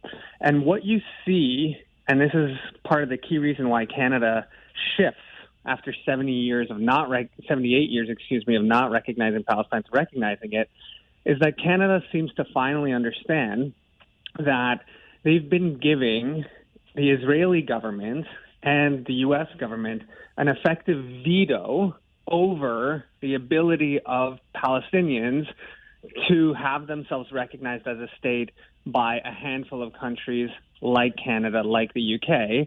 And that Israeli government now in particular, and the U.S. government, it's very clear. There'll never be a Palestinian state according to them. And so what Canada, the UK, France, et cetera, are trying to say is we are going to recognize this state, in part because it's in line with international law and international human rights standards, but also because this is our one way to finally try to guarantee what we've always said we wanted, which is a two-state solution in the face of a government, a very severe right-wing government in Israel, which not only denies that Palestine could be a state, but also is actively trying to wipe off that possibility off of the map. What does this declaration do to Canada's relationship with the United States? You know what? I don't think very much. And the reason is that now like 156, 157 states recognize Palestine. And again, that includes our allies, right? So there's been this I've seen the rhetoric out there saying, well, Canada is now going to be isolated in international relations. Far from it. Canada was actually isolated on this question by not recognizing Palestine. We are in this with our key NATO allies. We're in this, again, with the United Kingdom, with France, with Spain, with Ireland, with Portugal, with the vast, vast majority of the world. Now, I think the United States understands that. I'm sure the United States will continue, especially under this regime, the Donald Trump government, to oppose Palestinian statehood and any efforts to get there. But I don't think this kind of collective action amongst allies will have a significant impact on bilateral relations. Maybe it'll be a small irritant, but probably not. And we already have evidence of that. Just a day before the United Kingdom, Canada, and others, announced recognition of Palestine, Donald Trump was sitting with British Prime Minister Keir Starmer in London, and they were having a grand old time announcing trade agreements and announcing investments in each other's countries. Maybe the Palestine question was an issue for them, but it's never going to be a bigger issue than all of the other things that are happening. And of course, Canada standing apart from the Donald Trump administration on key questions of human rights is probably not a bad thing, given the Donald Trump administration's record on human rights. So I understand from your answer the meaningful nature of this declaration. It is more than just lip service. That said, at this point, Mark, they are just words, right? The recognition of a Palestinian state. What now must Canada do to back up these words, so to speak? Yeah, so, there are repercussions in international law, but I think you're absolutely right. And maybe this is where your comment on lip service is coming, is I think we would be foolish to believe that simply recognizing Palestine as a state will give a Gazan child a better chance of surviving till tomorrow. We'll change anything on the ground. We'll get more medicine, food into a starving population, etc. We know that's not the case. It can't do that. And so on the one hand, recognition is really important. And on the other hand, it can't change the horrors that we've been seeing for months now on the ground. And it cannot bring peace and peaceful coexistence between the state of Palestine and the state of Israel itself. And so there are things that need to happen. They're the same things that I think human rights organizations, humanitarian organizations, Canadian doctors who have traveled abroad to Israel and Palestine have said for months, really prying open the doors and the gates to flood Gaza and its people with medical aid and food. And it's also a consideration of other things, a trade embargo, a pause in trade relations between Canada and Israel until enough food gets in. And I wanted to highlight one thing, which honestly surprised me yesterday, because I did not think Canada had gotten this far on this question. But there has been consideration, and Prime Minister Carney spoke to it yesterday in New York on the sidelines of the United Nations General Assembly, which is to work with regional partners in the Middle East and European partners to create some kind of multinational force, military force, that would help protect and enforce the peace in the context of Gaza to ensure that entities like Hamas had no governance role. Now, that proposal needs very, very careful consideration about exactly what it looks like. But all I'm here to say is that that's been proposed by some experts as being required. And it was notable, far more notable than experts saying it, that Prime Minister Carney mentioned that possibility and that Canada would be involved in some capacity in that type of effort should it come to pass. Which would mean boots on the ground, perhaps? So, I mean, we don't know, right? Yeah. Canada has this hesitancy like many other countries do, boots on the ground. For example, Canada supported the military intervention in 2011 in Libya without boots on the ground, right? So we had a commander who actually led the NATO Plus mission in the military intervention in 2011, but Canada never put boots on the ground, and if they did, it would have been in a very kind of clandestine, secretive manner. There were some Western soldiers, Secret Service soldiers on the ground guiding things, but generally speaking, that was a war that took place from the air. That can't happen in Gaza. There will have to be boots on the ground. But whether particular states contribute to boots on the ground or contribute logistics or contribute, for example, aerial monitoring or whatever it may be, of course, those are the questions that now really need to be answered. And I think people will expect that, that the Prime Minister and the Foreign Minister, Anita Anand, will hopefully flesh some of these things out and how serious this actual proposal is. Mark, I really appreciate your time on the show today. Thank you very much for being here. It's my pleasure. Anytime. Take good care. You too. Bye-bye. Bye. Mark Kirsten is an assistant professor of criminology and criminal justice with the University of the Fraser Valley. Joins us to talk about that declaration via a statement from Prime Minister Mark Carney on Sunday. And it's been followed up in the hours since as nations from around the world gather at the United Nations. Look, if even we believe it to be mere lip service, the recognition of Palestine as a state, those words carry tremendous weight, because I know and have heard from many in our Jewish community here in the region and beyond, increasing acts of anti-Semitism, the feelings of a lack of safety since all of this began, which is coming up on the second anniversary of that terrorist attack of October 7th, 2023.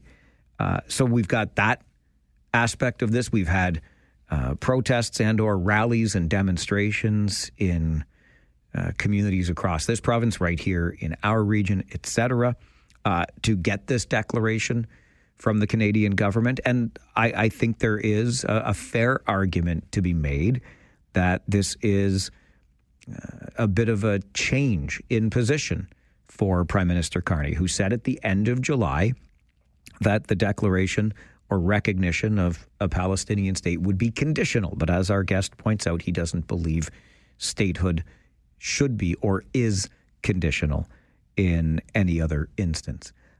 It is a complex issue that dates back about 8 decades now, and Canada is the latest to join countries, now numbering about 150, if I've got the math right, recognizing a Palestinian state. Your thoughts about where we are at in this issue, always welcome on the Mike Farwell Show. This is 570 News Radio and Rogers TV.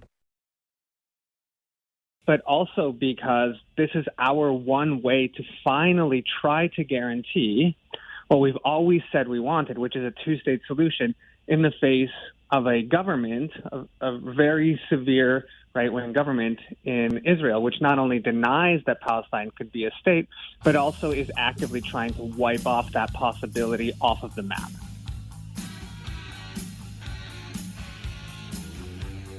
Mark Kirsten is an assistant professor of criminology and criminal justice at the University of the Fraser Valley. He joins us to talk about Canada's recognition of Palestine as a state, why that matters, and, of course, now what comes next. And that's, well, I think both are big, hairy questions, right? Why does it matter that we simply acknowledge in words a state of Palestine? And then if we are to back up those words with any meaningful action, what does that action look like? Critics have said, and I certainly can understand where the criticism comes from, and I think it's valid, but those critics have said that this is really a reward for terrorist activity, a reward to the terrorist organization that is Hamas, an organization, by the way, which said that this shows that their actions of October 7th, 2023, bear fruit. And that, I think, should concern us. If you go back to the end of July, so really 6-7 weeks ago, it did sound as though Prime Minister Carney intended to recognize Palestine as a state, but only with conditions. Lest you'd forgotten that media conference at the end of July, I found, I think, what are the key parts of it for you this morning. Canada intends to recognize the State of Palestine at the 80th session of the United Nations General Assembly in September 2025. This intention is predicated on the Palestinian Authority's commitment to much-needed reform, including commitments by the Palestinian Authority's President Abbas to fundamentally reform its governance, to hold general elections in 2026 in which Hamas can play no part, and to demilitarize the Palestinian state. Canada will increase its efforts in supporting strong democratic governance in Palestine and the contributions of its people to a more peaceful and hopeful future. I spoke today with President Abbas at length to reaffirm his commitments. Canada reiterates that Hamas must immediately release all hostages taken in the horrific terrorist attack of October 7th, that Hamas must disarm, and that Hamas must play no role in the future governance of Palestine. Canada will always steadfastly support Israel's existence as an independent state in the Middle East, living in peace and security. Any path to lasting peace for Israel also requires a viable and stable Palestinian state, and one that recognizes Israel's inalienable right to security and peace. And so if we break that all down into the proverbial nutshell, it is the two-state solution, which has been advocated for as long as I can remember, but has not, of course, been achieved. And to go back to what sounded on July the 30th as a conditional declaration or recognition of Palestinian statehood, I am not certain. In fact, I don't think at all those conditions have been met. Those hostages, some of them are still being held. Hamas is still very much an influence in the geographic area. And I'm not sure, based on any of this, that Israel's inalienable right to security and peaceful territory has been assured in any way, given the terrorist organization that operates right next door. So it is a messy situation to this day. I think the longer it has dragged on, and the more images that the rest of the world has been subjected to as a result of this ongoing conflict, made recognition like this and a declaration like this on the part of Canada and others, right? France, the UK, Australia, and the list of countries goes on from there.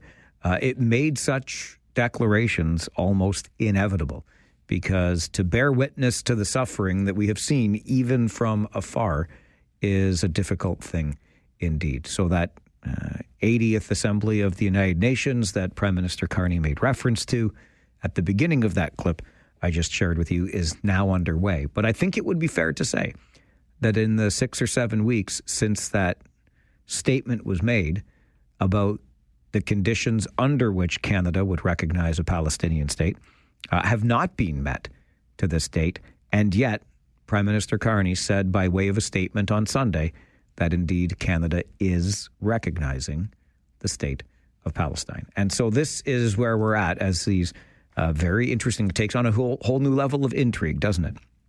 This 80th Assembly of the United Nations that's underway this week. All right, we're coming up on an update from the 570 News Center, and then I've been hinting at it throughout the morning, a supportive housing project that will provide exactly the kind of housing that dozens of people in our community desperately need is getting ready to open its doors. There will be a grand opening celebration later this week, and we're going to tell you more about the project itself coming up on the Mike Farwell Show. This is 570 News Radio and Rogers TV.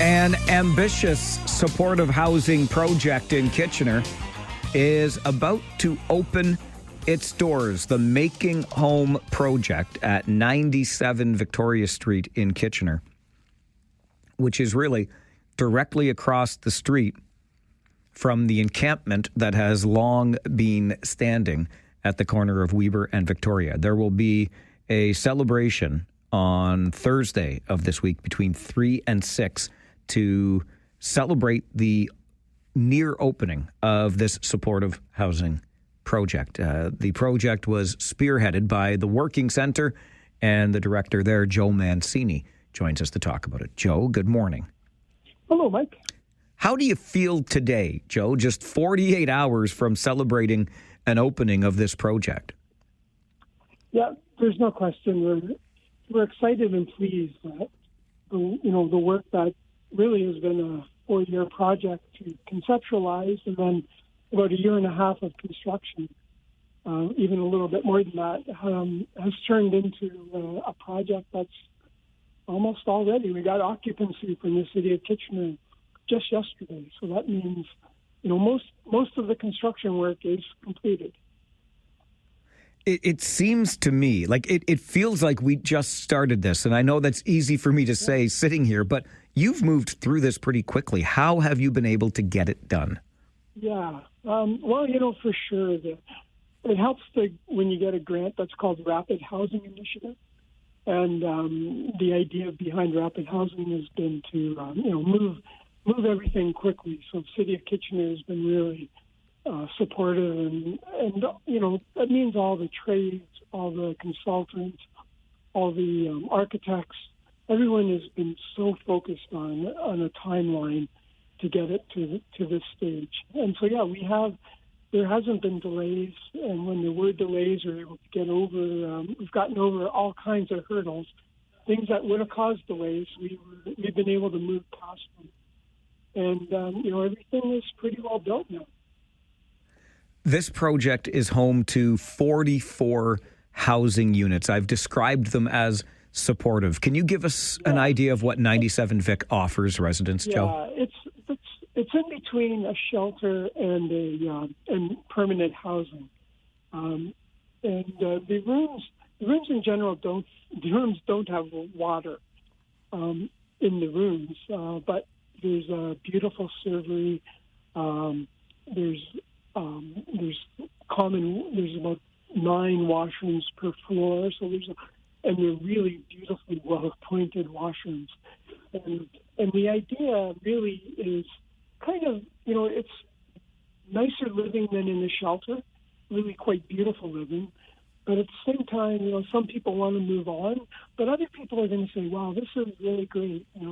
I can live in a space like this. And for some individuals dealing with mental health issues, dealing with other kinds of issues, this will be a place where they can feel secure and could stay a long time. Others might only use it for a year and then move on, and that'll work as well. There's also a new home in this building for St. John's Kitchen. There is, and I'm standing in it right now. It is an amazing building, 22-foot ceiling with a mass wood construction, with beautiful windows. It's really, and it looks onto a courtyard. And really, it's in the old. What's so neat is that it's in the old parking lot of 97 Victoria, and it was a pretty dingy parking lot for a very long time. But now it's a court. The parking lot is a courtyard, and it's really looking the home of St. John's Kitchen now. St. John's Kitchen, more than 40 years in our community. We were at St. John's Church, and then we renovated 97 Victoria on the second floor. Both times we were always on the second floor. This is a main floor space now, and at one level it's easier to provide meals on the main floor, but it's also easier for people to come and be part of St. John's Kitchen because of how accessible it will become. Along with St. John's Kitchen, which I think we're so familiar with, and this new space for that, the 44 housing units that we've talked about, Joe, what else will be available to people on site? I didn't mention, like the shower, the really extra work that's gone into showers and laundry and public washrooms. That's always been a big part of St. John's Kitchen, but we've never been able to do it so well as what's been designed here. And also, the old St. John's Kitchen, we built a medical clinic, and it was only about 700 square feet. This one, the medical clinic here it's in the main floor where the thrift store used to be, is about a 3,500 square foot medical clinic. And that's, we know that is going to provide service in the downtown in a really special way. You have encampment issues, homelessness issues around mental health, wound care, addictions, support, the support that people need when they are on addiction and trying to get off it. We're going to be able to provide all of that and more. And doing that in this beautiful courtyard space, in the midst of St. John's Kitchen, in the midst of a place where people can get their showers and laundry, their public washroom, like people will be able to get things looked after, but also have a medical clinic where they're being supported. This is it's a community that's really special. It's been, it's really the culmination of many years of design, and it's really neat seeing it come together. When we consider, Joe, the scale of the homelessness problem, even here, just in the region of Waterloo, 2,300 plus people at the last count, and we're able to provide these 44 units of supportive housing with medical, as you mentioned, outreach teams, et cetera. Is this what we need more of if we're going to solve the problem? Is this what we need at scale? Yeah, we really do.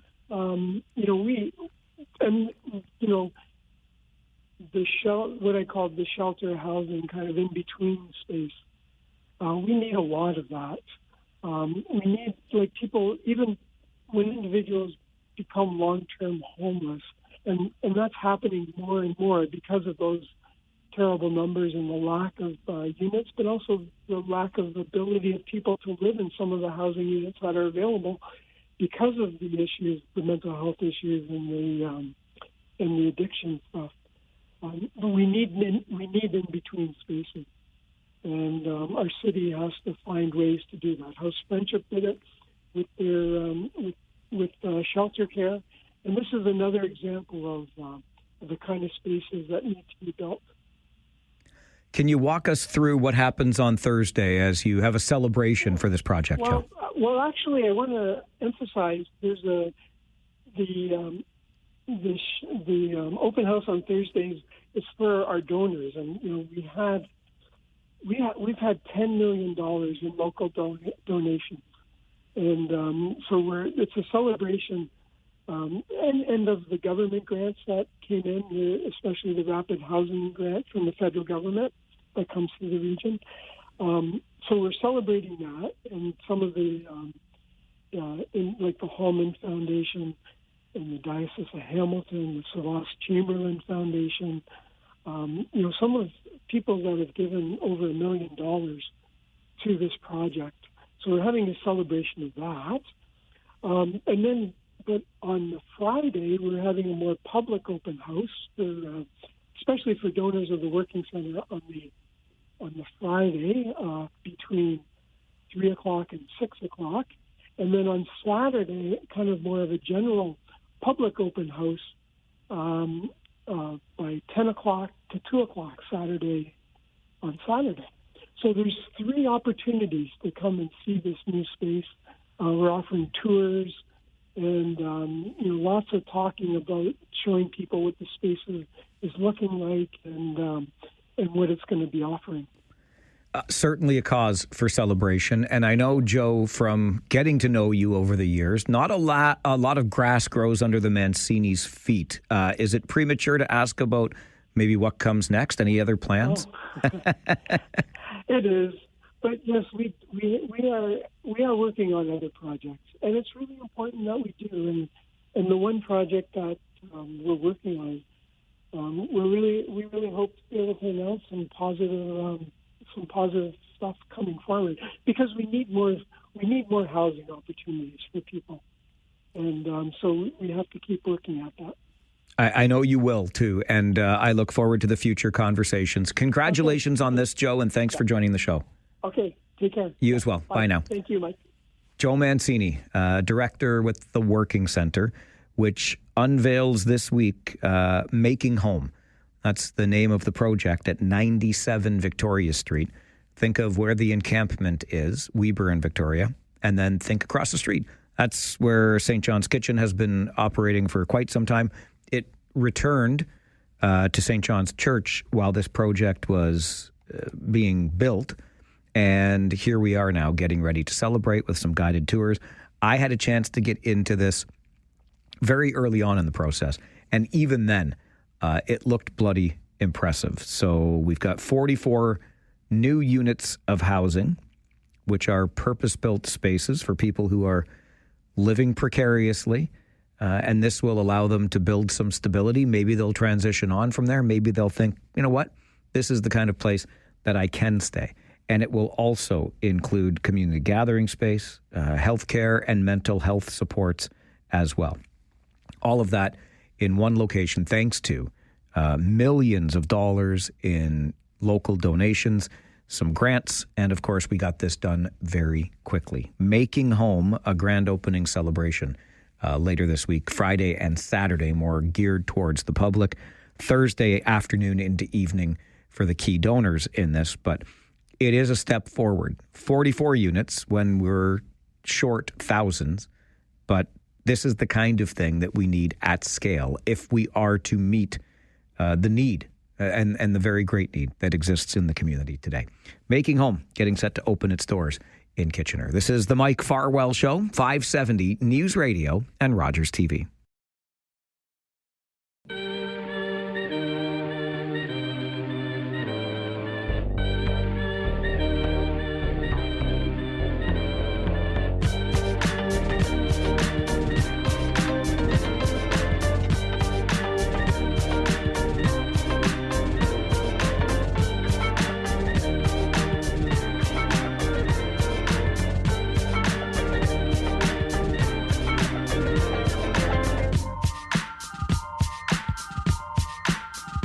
Some news and notes for you as we head closer to noon. Your update in the 570 News Center. And then, of course, our open line hour of Talkback. But a couple of things in the news lately. One coming from Toronto and the boldness of the statement from the Toronto Police Association really caught my attention. And right here at home in our region, a Crown prosecutor almost begging a judge in a Kitchener courtroom to keep a suspect in a local shooting behind bars and not grant him bail. These are, we know that it's been something that's been talked about. Bail reform, appeals are being made. Premier Doug Ford has talked about it. Prime Minister Carney has talked about it. We know that even prior to the last federal election, federal Conservative leader Pierre Poilievre was talking about it. I'll get to those examples in just a moment. But something happening in the region today, and something that I find a wee bit on the curious side. Today is the annual State of the Region address. You may be familiar with these states of the city where our mayors of Cambridge, Kitchener, and Waterloo, I don't believe we get them in the townships. I don't recall ever hearing one from there. But on an annual basis, the mayors of our three municipalities here in the region will do a State of the City address. It's an invited audience attends. They usually make a donation to some charitable cause that's meaningful to the mayor that's delivering the address. And we do the same thing regionally, where our regional chair addresses the community and offers an update on where we are at and where we are headed. Well, that is happening today, as in fact it happened earlier this morning, as our regional chair Karen Redmond held her annual State of the Region address. But it happened awfully quietly. We had a reporter there, and you'll be hearing about this through All News Afternoons today, I am certain. But I recall these things happening with much greater fanfare in the past. And I scoured the region's website and its social media channels yesterday for more information about it, how people can attend, what charitable cause any proceeds would be directed to, and nothing. And I'm not entirely sure why that's the case. Maybe it's because of the current political climate, I don't know. But I just find it curious that so little was shared in advance about today's State of the Region address from Regional Chair Karen Redmond. These are important speeches to hear because we are, as you know, building towards 1 million people in this community, and we had best have our act together. So, as I said, we had a reporter there, and you will hear about it through All News afternoons later today, following Rob Snow's show from 1 until 3. On the issue of safety or a perceived lack thereof in our communities, wanted to share with you a couple of things that have come across my radar. One just earlier this week from the Toronto Police Association, and just the very bold nature with which the police union in Toronto goes about statements like this. On its X feed on Sunday, the Post says, on parole, with a loaded gun, our members risked their lives again to protect the public and take a dangerous offender off the streets. And then the full statement reads as follows. Early this morning, our officers attempted to stop a car for a suspected impaired driver. The car took off, striking several other cars before the driver and other occupants fled. The driver was arrested after a brief foot pursuit. And then, in bold, a loaded handgun was found inside the car. And, of course, the driver was found to be on parole with previous firearm charges. One of our members was injured during the arrest and was taken to hospital, where he was treated and released. Just another night for our members putting their lives at risk to arrest someone who should not be on the streets in the first place. Do you think the Police Association in Toronto wants to see some bail reform? Because a statement like that and the words that were deliberately bolded, a loaded handgun was found inside the car. And of course, the driver was found to be on parole with previous firearm charges. They are definitely making a statement here. Meantime, in Kitchener, you may remember a few weeks ago now, there was a shooting at a Kitchener motel in the Fairway and Weber area. And the suspect in that shooting was appearing before a judge, as happens, right? And remember always the presumption of innocence in these cases. However, the prosecutor in this case was virtually pleading with the judge to take seriously this firearms offense where somebody was shot, this suspect, in court because he's charged in the shooting. And the prosecutor said to the judge, the community is appalled by the current bail system. They are begging for change. They would be terrified in their community and beyond offended if the 26-year-old suspect is released. The prosecutor went on to say, let's try, like you have the opportunity here, Your Honor, to assist, and I quote, in maintaining a sliver of the public's confidence in the bail system by keeping this man in jail. The strength of the Crown's case is overwhelming.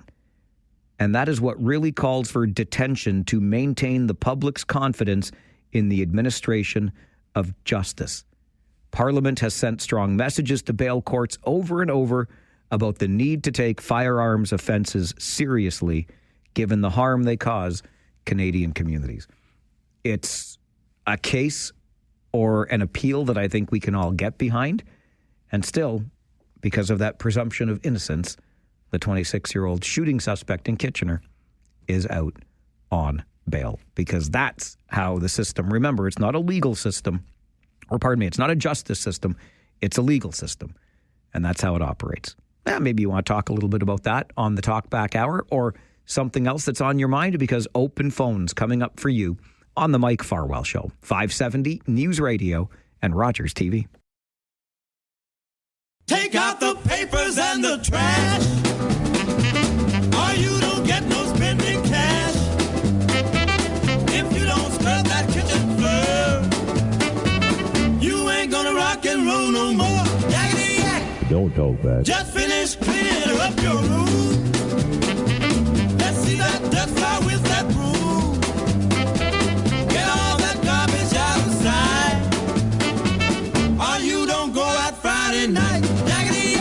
Don't talk back.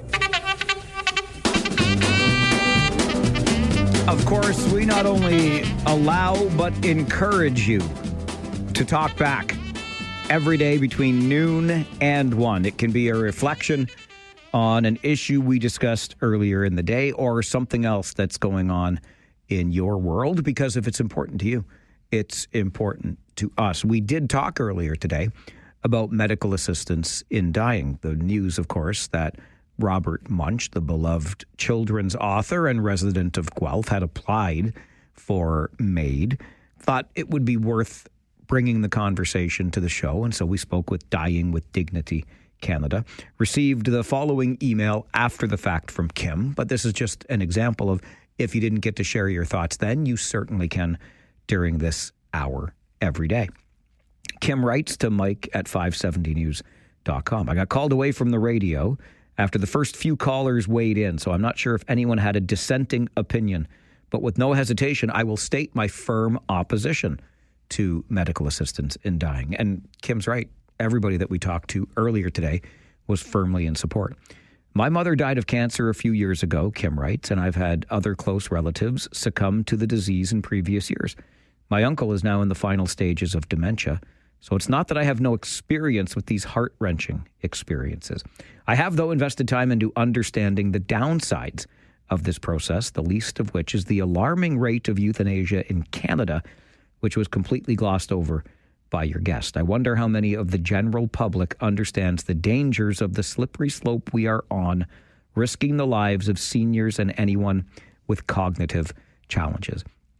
I hear you, Kim, and it's something that I have read myself and alluded to with our guest, right? Canada leads the world when it comes to the numbers of people choosing a medically assisted death. When our legislation was broadened to open it up to more people, doctors, I have read in some corners, cannot keep up with the demand for medical assistance in dying. So I can certainly understand the slippery slope argument. For me, it's been something that I have given more thought to, following obviously the news and Canada kind of going back and forth with the expansion of its legislation. Now we're looking out to 2026. Originally, I believe we were going to be expanding it in we're looking out to 2027. Originally, I believe we were going to be expanding it in 2026, maybe even sometime this year. But I worry a little bit about the mental health availability for medical assistance in dying, because I've even heard from mental health experts, people working in the field, that these are treatable conditions. It's in no way a terminal illness, for example. And so I do worry a little bit about that and the so-called slippery slope that Kim alludes to. Having said that, I have given consideration, nothing serious, I would say, but certainly consideration at this stage of my life. I'm on the back nine now. What does it look like at the end of it all? And how will I determine the quality of my remaining days as that quality begins to decline? Because it's inevitable, right? We don't all get to just peacefully pass in our sleep. So lots to consider on this, but certainly a conversation we had earlier today that sparked considerable response from you. Something else that when I heard this last night, I just had to go and find more of it this morning. And this is truly bizarre stuff directly from the White House, the head of the U.S. government. And listen, he's the president. He's not a doctor. And I'm still trying to wrap my heads around what Donald Trump had to say about Tylenol. I'm not so careful with what I say, but you have certain groups. The Amish, as an example, they have essentially no autism. First, effective immediately, the FDA will be notifying physicians that the use of let's see how we say that. Acetaminophen. Is that okay? Which is basically commonly known as Tylenol during pregnancy, can be associated with a very increased risk of autism. So taking Tylenol is not good. All right, I'll say it. It's not good. For this reason, they are strongly recommending that women limit Tylenol use during pregnancy unless medically necessary. For instance, in cases of extremely high fever, that you feel you can't tough it out, you can't do it. I guess there's that. It's a small number of cases, I think. But if you can't tough it out, if you can't do it, that's what you're going to have to do. You'll take a Tylenol, but it'll be very sparingly. It can be something that's very dangerous to the woman's health. In other words, a fever that's very, very dangerous, and ideally a doctor's decision, because I think you shouldn't take it. And you shouldn't take it during the entire pregnancy. They may tell you that toward the end of the pregnancy, you shouldn't take it during the entire. And you shouldn't give the child a Tylenol every time he's born and he goes and has a shot. You shouldn't give a Tylenol to that child. All pregnant women should talk to their doctors for more information about limiting the use of this medication while pregnant. So ideally, you don't take it at all. But if you can't tough it out, if there's a problem, you're going to end up doing it. I guess that's Dr. Donald Trump now. If you can't tough it out, ladies, when you're pregnant, because I'm sure the president knows an awful lot about being pregnant and toughing it out. But if you can't tough it out, maybe you take one Tylenol. There's just so much in that I find bizarre. I'm not so careful with my words.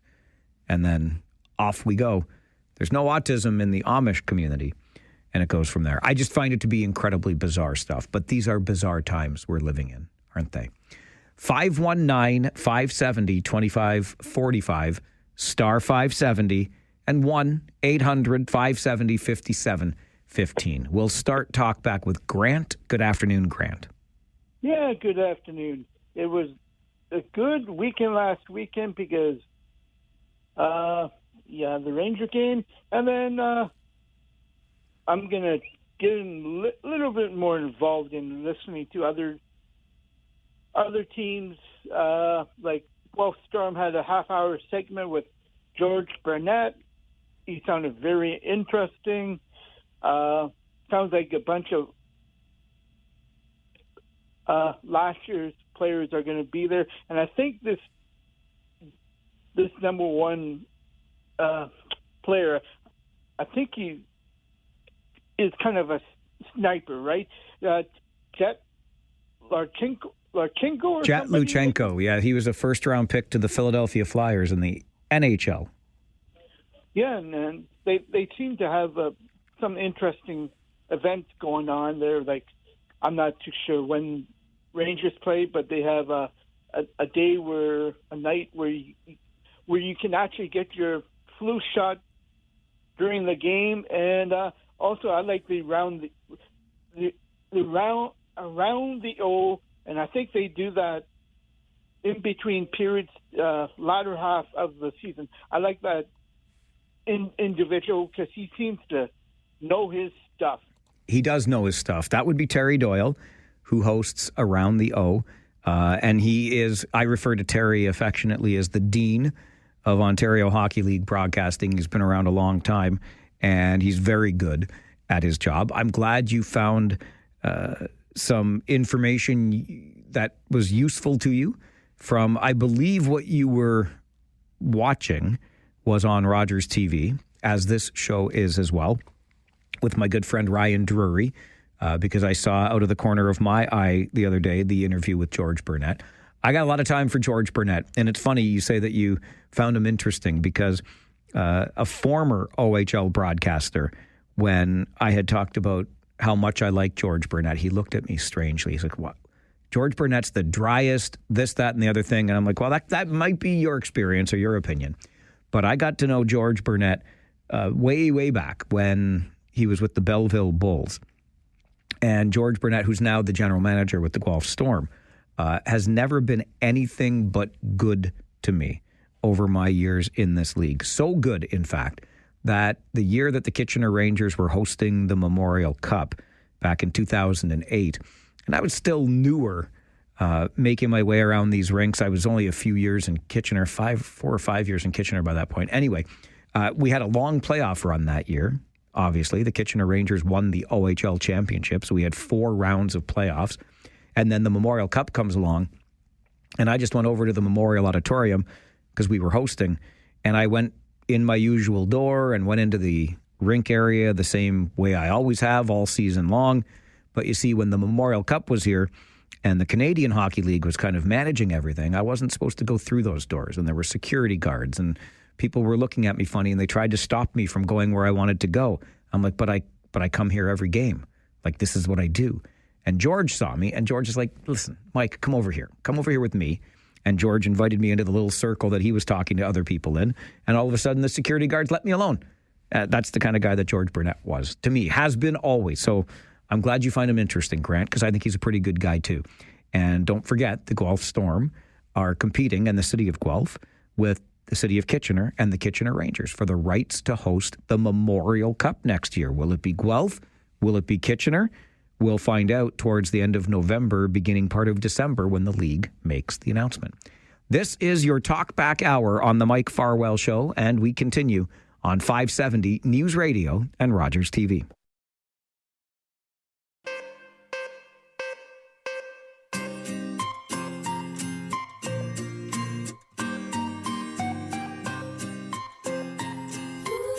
The Talkback Hour is your chance to have your voice heard.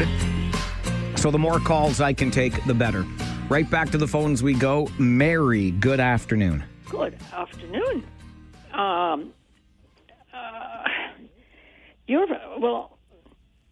The guy that talked about not taking anything like the Tylenol and all the guy, Mary, that was the doctor of the United States, Donald Trump. No, but your friend George called in. Oh, George. And he said, and usually I like his comments, but he said, well, it's well-known fact that... No, he didn't say that. He just said he agrees with the president. Well, he said every pregnant woman is told not to take this stuff. Well, I've been pregnant 3 times, and I was never told to take nothing. Did you just tough it out, Mary? What? I'm just wondering if you did what the president said to do. Tough it out. Oh, well, I did. Okay. Yeah, but I didn't agree with George, because he said that's the rule. They don't take this, that, and the other. In my day, sorry, I'm old, they never said nothing about taking this, that, or the other, which I didn't. But I just don't appreciate the President of the United States of America, standing up there like he's, number one, all knowledgeable and God's gift to women. I don't think it's appropriate. I really don't. Do you? No, I certainly do not. I think that was very irresponsible language from the President of the United States. Yeah, well, he thinks he knows everything, but he doesn't. He certainly does not.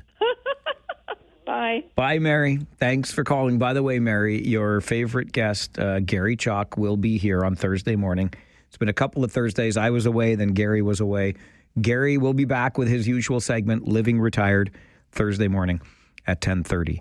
I just find what was coming out of President Trump's mouth to be so unsettling, because it uncorks an age-old discussion, and I don't know, around autism rates, potential causes due to, we've gone through vaccination, and the links, or people have been looking for those. Now we're talking about acetaminophen. That's the way you want to say the word there, President Trump, but Tylenol.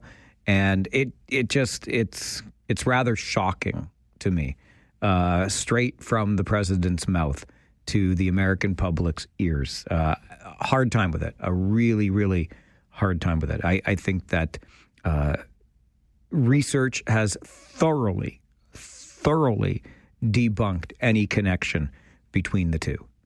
Vaccines and autism, acetaminophen in pregnancy and autism. And just think of the message then that's been sent to countless women whose children do have autism, and that they now will be further stigmatized as, you caused this. Look what you did to your child. I can't even imagine. the impact of that. Dallas, you are next on Talkback. Good afternoon. Yes, sir. Yes, sir. I'm good, thank you. And you? Not bad at all. Good. Okay, well, until I heard that clip from Trump, I wasn't even going to talk about him because I'm getting tired of talking about him. But I'm surprised you actually still refer to him as President Trump, because he's doing everything but running the country. But this last clip, I was sitting here listening to it, and I'm like, the man can't even talk. I can't believe that so many people down there are actually still listening to him. But I'll leave that at that. My main thing that I wanted to call about was the Palestinian-Israeli thing. And I don't mean to put a swing on it or anything like that. But my father put it very eloquently a long time ago when they were warring back in the 70s, throughout the 80s, all that kind of good stuff. I don't believe that there will ever be an agreement, because the way he put it, and if you look back in history times, those folks have been fighting for 1,000 years, and they will fight for 1,000 more. And it's holding true. Unfortunate, but it's holding true. And it's over nothing but what? Religion and a piece of land. And that's about all I can say about that.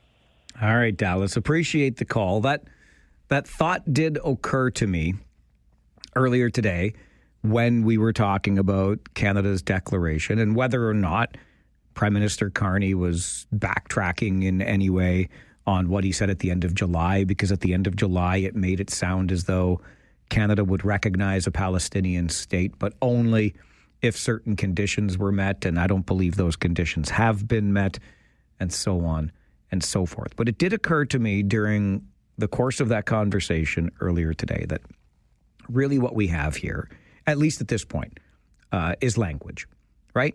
We have said that Canada is joining other Western allies like France and the UK and Australia in recognizing a Palestinian state. But if I may be so blunt, so what? Now what? What must be the next step in all of this? And really, to Dallas's point, given how long this conflict has raged on, even in its current most volatile context for almost 2 years, I did wonder to myself, I mean, what's the point really of trying to intervene in something that has shown no end in sight, right? But the other part of my brain said, well, there is this idea that doing something is certainly better than doing nothing. And instead of just standing here in this comfy and safe part of the world saying, yeah, you know what? Not my problem. I can't do anything to affect change there. I could say this thing or the other thing, but it's really not going to make a difference in the grand scheme of things. So I'm just going to stay out of it. I'm not so sure that's the stance you want to take either. So maybe if nothing else, this is an attempt at something as opposed to doing nothing at all. It's certainly not going to change things overnight, but maybe it puts us on a path towards getting something changed. And the UN Assembly, by the way, underway as we speak, with Prime Minister Carney and Canada front and center at the conversations. Talkback continues here on the Mike Farwell Show, 570 News Radio and Rogers TV.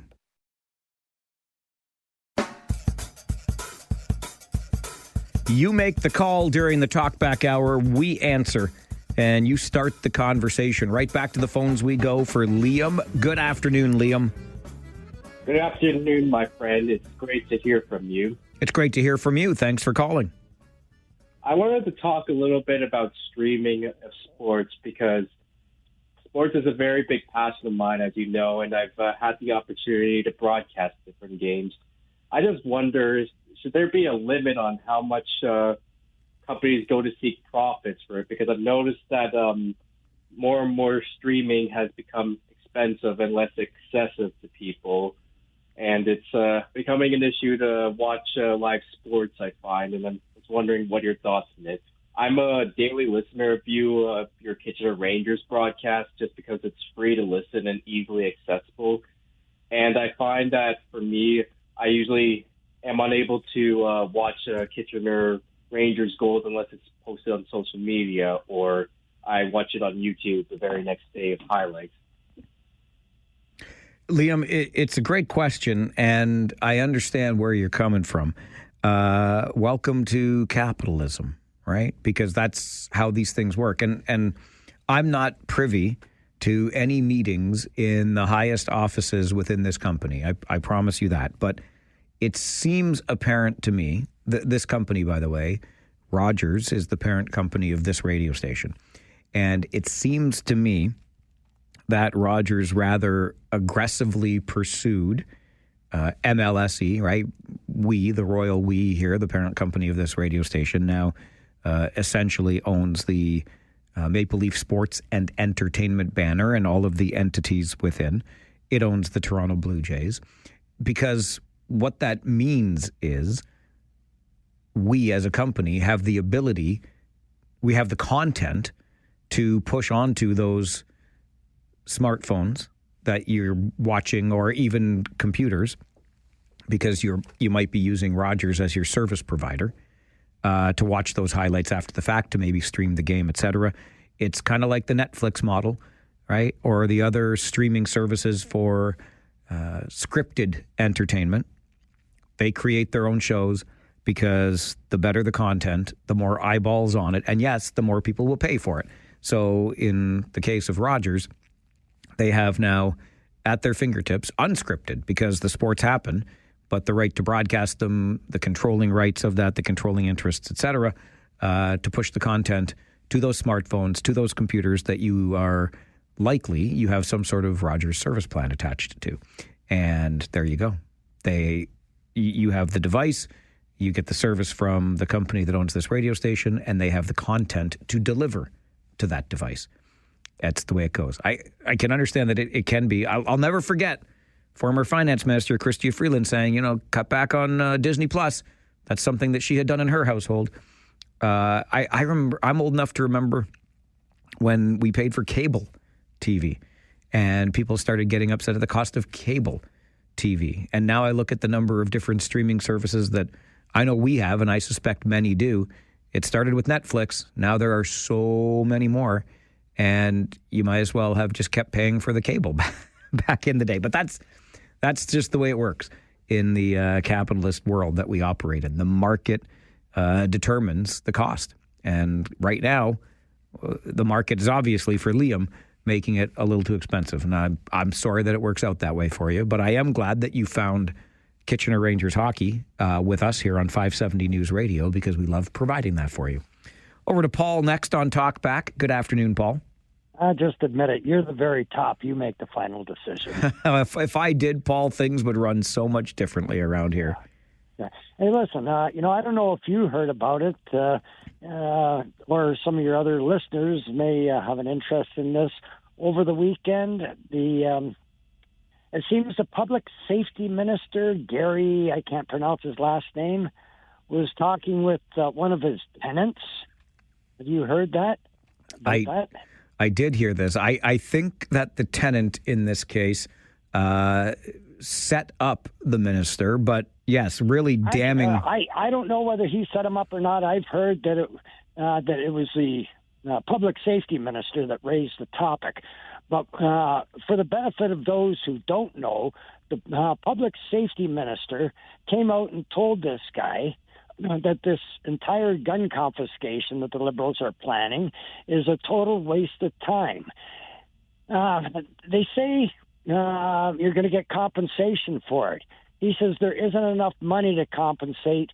He says, if you got a $2,000 rifle, you'll be lucky if you get $1,000 for it. Yeah, but the minister's going to top up for him anyway, so there you go. For that individual. He actually said that he would top up. Yep. What his tenant was going to lose. He said it wouldn't make any difference in crime. He says they know just as well as everyone else that it's not the legal firearms owners, that it's the criminals. he went on to say, but he inherited it. He has to follow through with it. He's been told to push this thing through regardless of how useless and how wasteful it is. And the only reason for doing it is because of prior promises. They need to get the support of Quebec, and that's where it's a big thing. So he's going to... Here's an idea. If it's so important to Quebec, let him take that $740 million and buy the firearms in Quebec. That way, at least they'll get the fair value for their firearms. But he's not going to do that. He's going to go ahead. He's going to start confiscating. And, regardless of what Carney had to say, that it was a voluntary thing, we all know that... I don't know what he was talking about there, because we all know it's not voluntary. One day soon, the police will come and kick down your door to take your firearms. They won't kick your door down. Come on.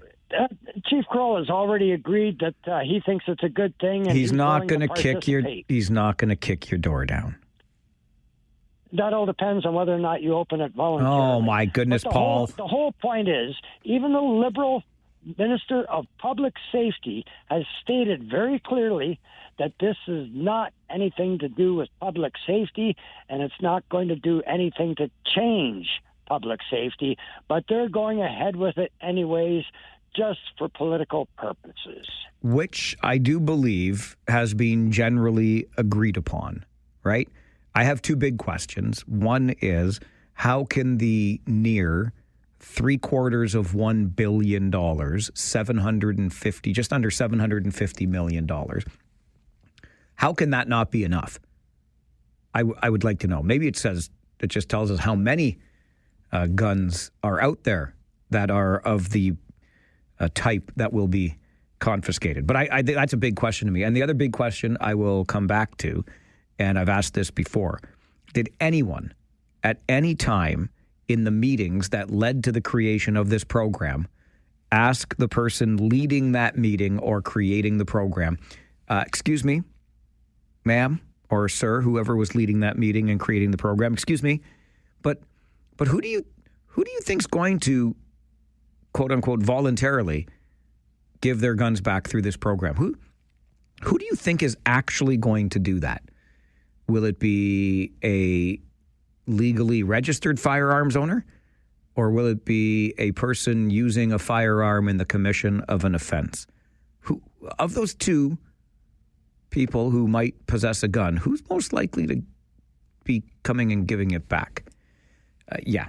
So I don't know. I struggle with it. I also don't think it's going to do a lick of good when it comes to safety, other than the perception of safety. But nonetheless, I'll just leave it right there and go to Bob next on Talkback. Good afternoon, Bob. Hey, Mike. Hi, Bob. How are you, sir? I'm fine, thank you. How are you? I'm doing okay. Good. Now, I want to talk about the great peacemaker down in the States. The great peacemaker? Yeah. Okay. You know, the guy who solved all the wars and there's no more riots in the States or anything like that? Well, he hasn't solved a single war as far as I can tell. So what do you have to say about President Trump? It's amazing how you never really got up not even slapping the wrist of Putin in Ukraine. He gives him a timeout every now and then. Well, that's about it. And that's one thing well, I know you can't answer because you don't know either. But I wonder how long the war is going to go on and how long it's going to keep threatening Putin. Sorry, which war? The war in Ukraine? Yeah. Well, I thought he was going to end that one. I don't think he has yet. No, that's what I mean. Yeah, he's supposed to end the first day in the office. All right. So your point. I'm just trying to figure out your point here, Bob. That he hasn't done what he said he was going to do by ending wars. And why people just don't believe it. That he's not the great peacemaker. He's not the great problem solver. He's just a clown in a suit.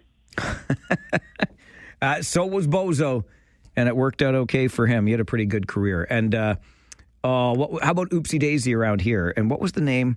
Now, was it Clarence? It was Clarence. Clarence was the clown in Howdy Doody? I'm pretty sure. Anyway, it worked out for some. Clowns in suits, right? Make lots of money. Just join the circus. Talkback continues on the Mike Farwell Show. This is 570 News Radio and Rogers TV.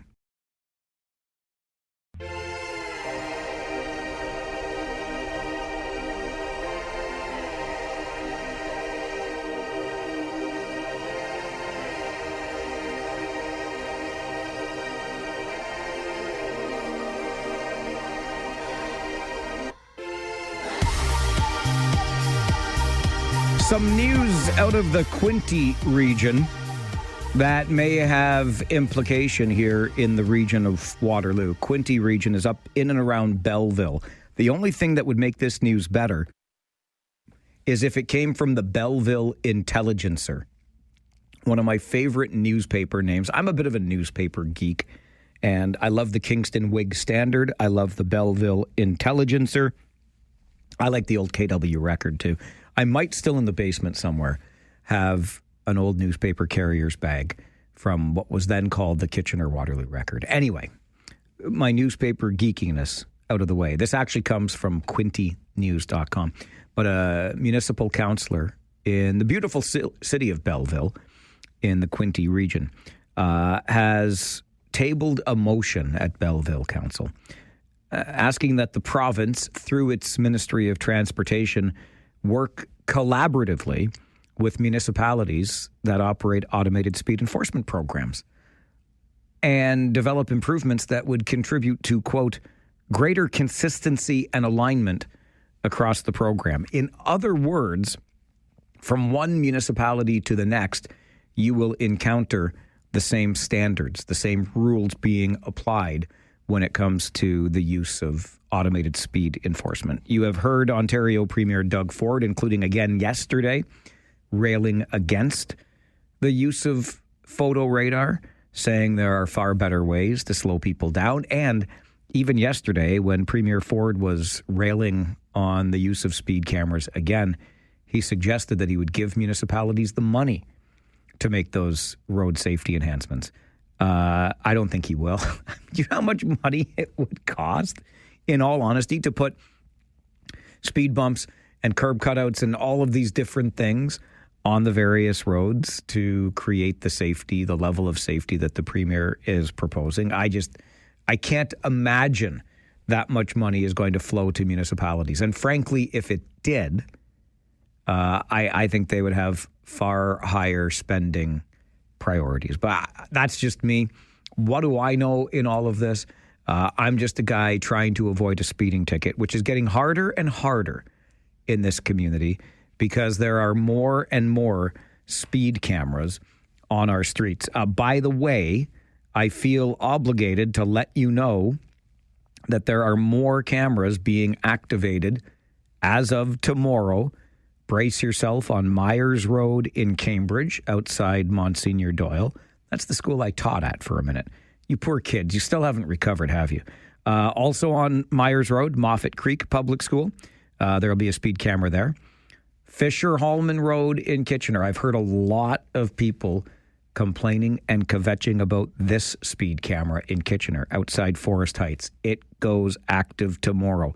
Forest Hill Public School on Westmount Road, which not to be confused with the one on Westmount at Laurentian Public School, right? So get ready for Forest Hill Public School and St. Gabriel Catholic School on Baldwin Drive in Cambridge. Those are new locations for speed cameras, which will be in use effective tomorrow. So brace yourself for that. I received an interesting email from Julie with regard to our automated speed enforcement. And we had talked about this on the show last week, and I did a little informal Farwell Show survey asking, are you for or against? And we ended up split right down the middle with the 8 calls we were able to take during the segment. But Julie's email to Mike at 570news.com explains that she's not against speed cameras. She's just against the way that they are being used by the region, because it's neither fair nor reasonable. For example, you build a road like McQueen-Shaver Boulevard to be a high-speed bypass road, and then you lower that speed by 20 kilometers per hour because people are racing cars there at night.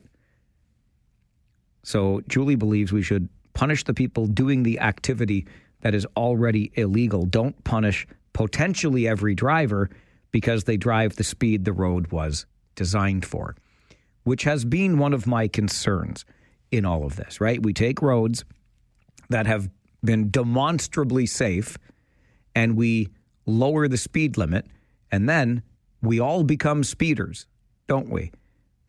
As Julie points out in her email, if you're coming home from your 4 to midnight shift, you know absolutely that going 50 kilometers per hour past the school is perfectly safe. No kids will be there, and it's been 50 kilometers per hour for decades with no accidents or injuries on most of these roads with cameras. And Julie's right, getting into the application, how these speed cameras are being employed in the region. Here is something else that occurred to me that I think is an interesting way to look at it. We know that in the first 6 months of our, give or take, speed camera program here in the region, about 56,000, just under 56,000 tickets were issued, right? But the region also said the cameras recorded 2 million incidents of speeding. 2 million, but only 56,000 tickets. So would it be fair to presume that the incidents of speeding that did not lead to tickets were incidents of speeding whereby the speeder did not cross the imaginary threshold, whatever that number the camera is set at? So if it's a 40 and you were doing 42, that would be registered as a speeding infraction, but not enough to warrant a ticket. Either way, 2 million incidents of speeding, 56,000 tickets issued. That is less than 3%, 2.8 to be exact. Less than 3% of vehicles were ticketed. 2 million speeding incidents. Only 3% of drivers were engaging in ticketable behavior. Why don't we go after the 3% and leave the 97% of perfectly safe drivers alone? Do you think we could do that? Do you think that would be possible? I don't know, but Julie's email got me thinking about that. Steve is with us on the phone. Good afternoon, Steve. Hey, Mike. Sorry, it's Afif. I'm sorry, what? Afif. Oh, my gosh. I don't know how Steve ended up on my call screen. Hi, Afif. Yeah, how's it going, man? Good. I actually wanted just to talk about the speed camera. I don't mind them if they're only used during the school hours. After school hours, they should be off, because there's no students, nobody. So, I mean, I don't know why they keep it on all the time. And now they're all setting these new ones, which is going to be more pain. Yes, there will be absolutely more pain with the new cameras. And I do believe that the cameras remain active all day, every day, weekends, holidays, etc., because they need to generate the revenue to support the program. That's how the speed camera program works. But again, I'll just ask you to consider. You can decide for yourself. 2 million incidents of speeding. Fewer than 3% of the drivers got tickets. Why don't you go after the 3? Can't we find a way to punish the 3% and leave the 97% of safe drivers alone? Because at some point, somebody on their way to church on Sunday morning is going to commit the sin of going 38 and a 30, and they're going to get a ticket too. I don't like it. I don't like it one bit. I don't like when I run out of time, but that's the case right now.